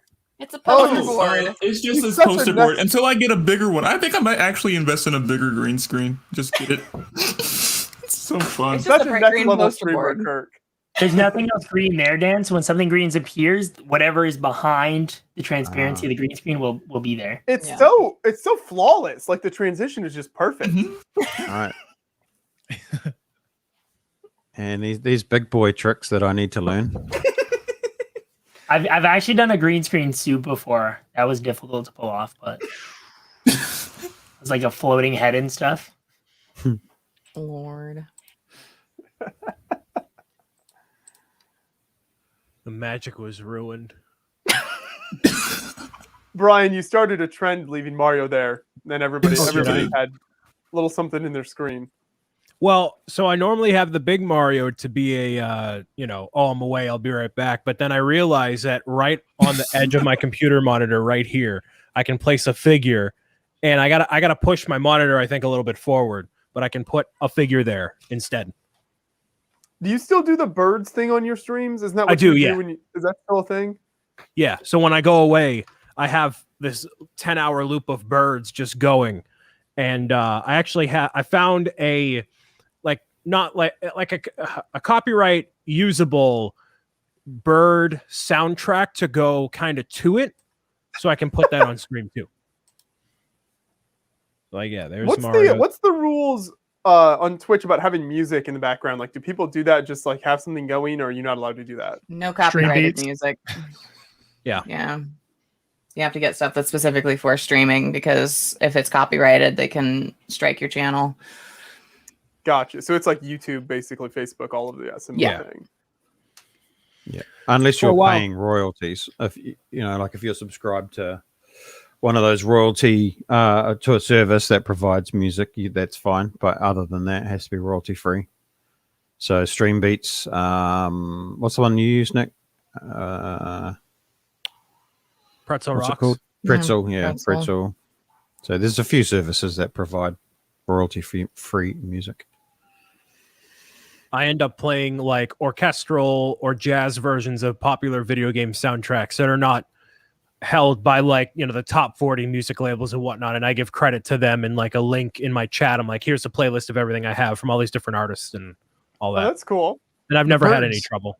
You could stream the birds all day, and I would stick around just for the noise. No, so what ends up happening is I'll have to, utilize the facilities. And if it happens to take me a while, I'll put the birds on, and then I'll just be in the chat and I'm talking to the chat, while the birds are going on. And I don't drop my viewership either. I actually gain some people. It's great. Explore.org. You can That's see what I videos loved. from around the world. like That's that. what I loved about Andreas when he joined last week and he had those calming birds in the background. It was great. Yeah. Aw. Got a haircut. He got a severe haircut. He's a little rat now. Yep. Not so So fluffy fluffer. So is that a hypoallergenic dog? He is. No fur in my Lego studio. And everybody just left the house and he started crying upstairs, so I thought I'd bring him Aw. down. That's horrible. No, So do you let him it's like bad when he's all by himself. what happened to the cloud? Yeah, he was very fluffy before. It rained. He's a lot smaller. We're just gonna end the stream with Nick full screen here with the dog because that'll help viewership. I'll just let him handle the Yay! stream from here on out, guys. I don't... But he stays there. Wow, look at that. Well trained. He's even Like, looking who's at the camera.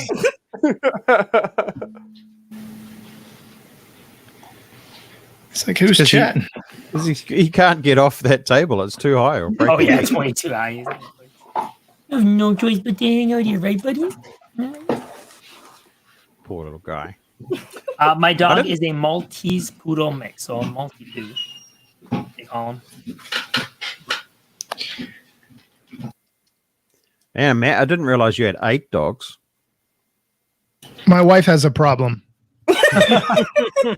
So does mine, and we still only got 5. Because he only had 7 Only before, and then he 5. just got the puppo a couple months ago. Yeah. So when it's dinner time, is it like just like all to the bowls at one time? No, they're actually pretty good. They're pretty chill as far as how they eat. Oh, mine aren't. Mine are not. They all have their own spot when they get fed in the morning and at night, and they all go to that spot, and they just sit there and they wait and they wait and they wait. And Fleck he waits so intently he starts to shake sometimes. That's awesome. Well, it's not awesome actually. It's interesting how not disciplined they are, but how persistent they are. Oh, yeah, it is. Ours they get dinner at 6:00 on the dot now, and they know. And Sam, my Great Pyrenees, will come to either me or my husband and just sit, just randomly. If it's coming up on the time, just sit and look at us. And we'll be like, "Is it almost time for dinner?" And he'll do the little head cock thing, and we'll be like, "Okay." Yeah, I can attest to that. They have an internal clock. So dinner for our dogs is usually fed by our daughter, and they will sit outside her bedroom door and stare at the door until she feeds them. All of them. They will all literally just sit outside her door and wait. It's hilarious. Matt's got a massive lap dog right now. Their internal clocks are amazing. Yeah, she's a little chunky.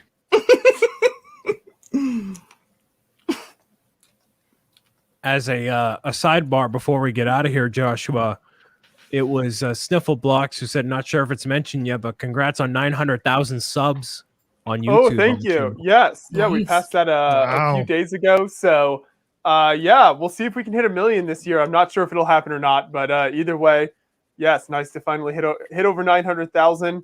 Appreciate the support, everyone, as always. Hopefully we'll have more convention content coming for you soon when all that stuff starts back up. So that's our goal. Good It's like stuff. 1 million Nebraska. subs. See that gold play button coming your way? Oh snap! That's right. I can put it back. I do have I have our silver play button. I guess you don't really ever see it on stream, but it's over here in the background. It's the old style now, so it looks strange when compared to all the new ones they give out.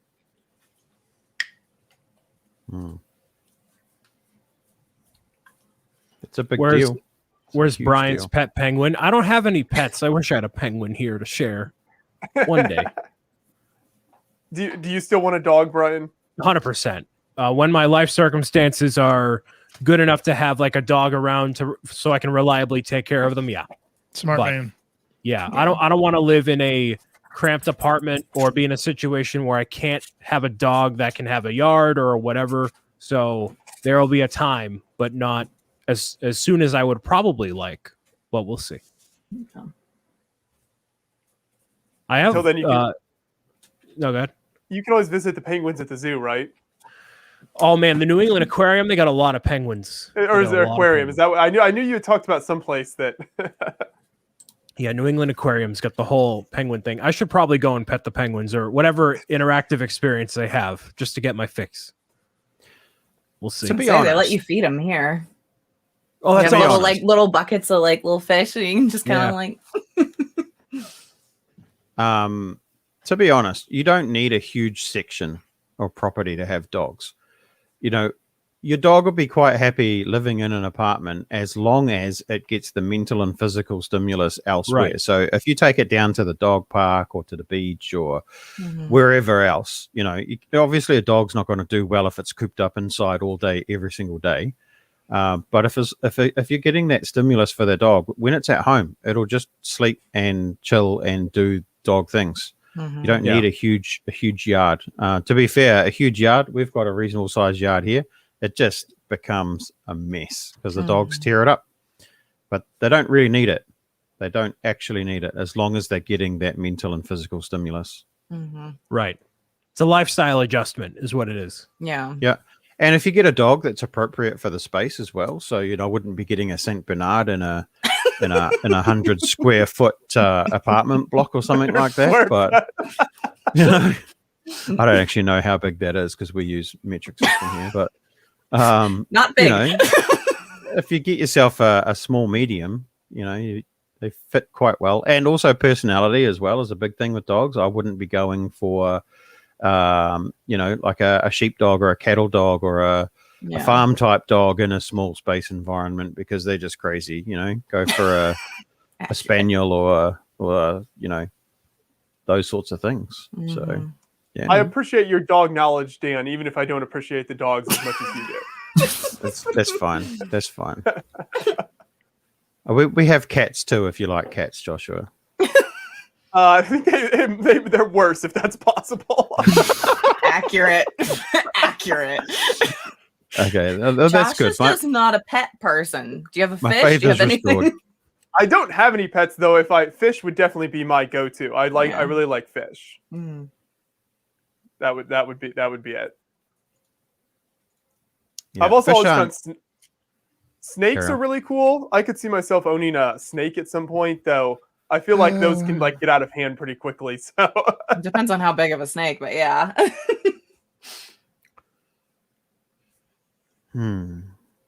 Lego YouTuber squished to death by snake. oh, that's a great headline I right don't there. think he's trying to get an anaconda or anything.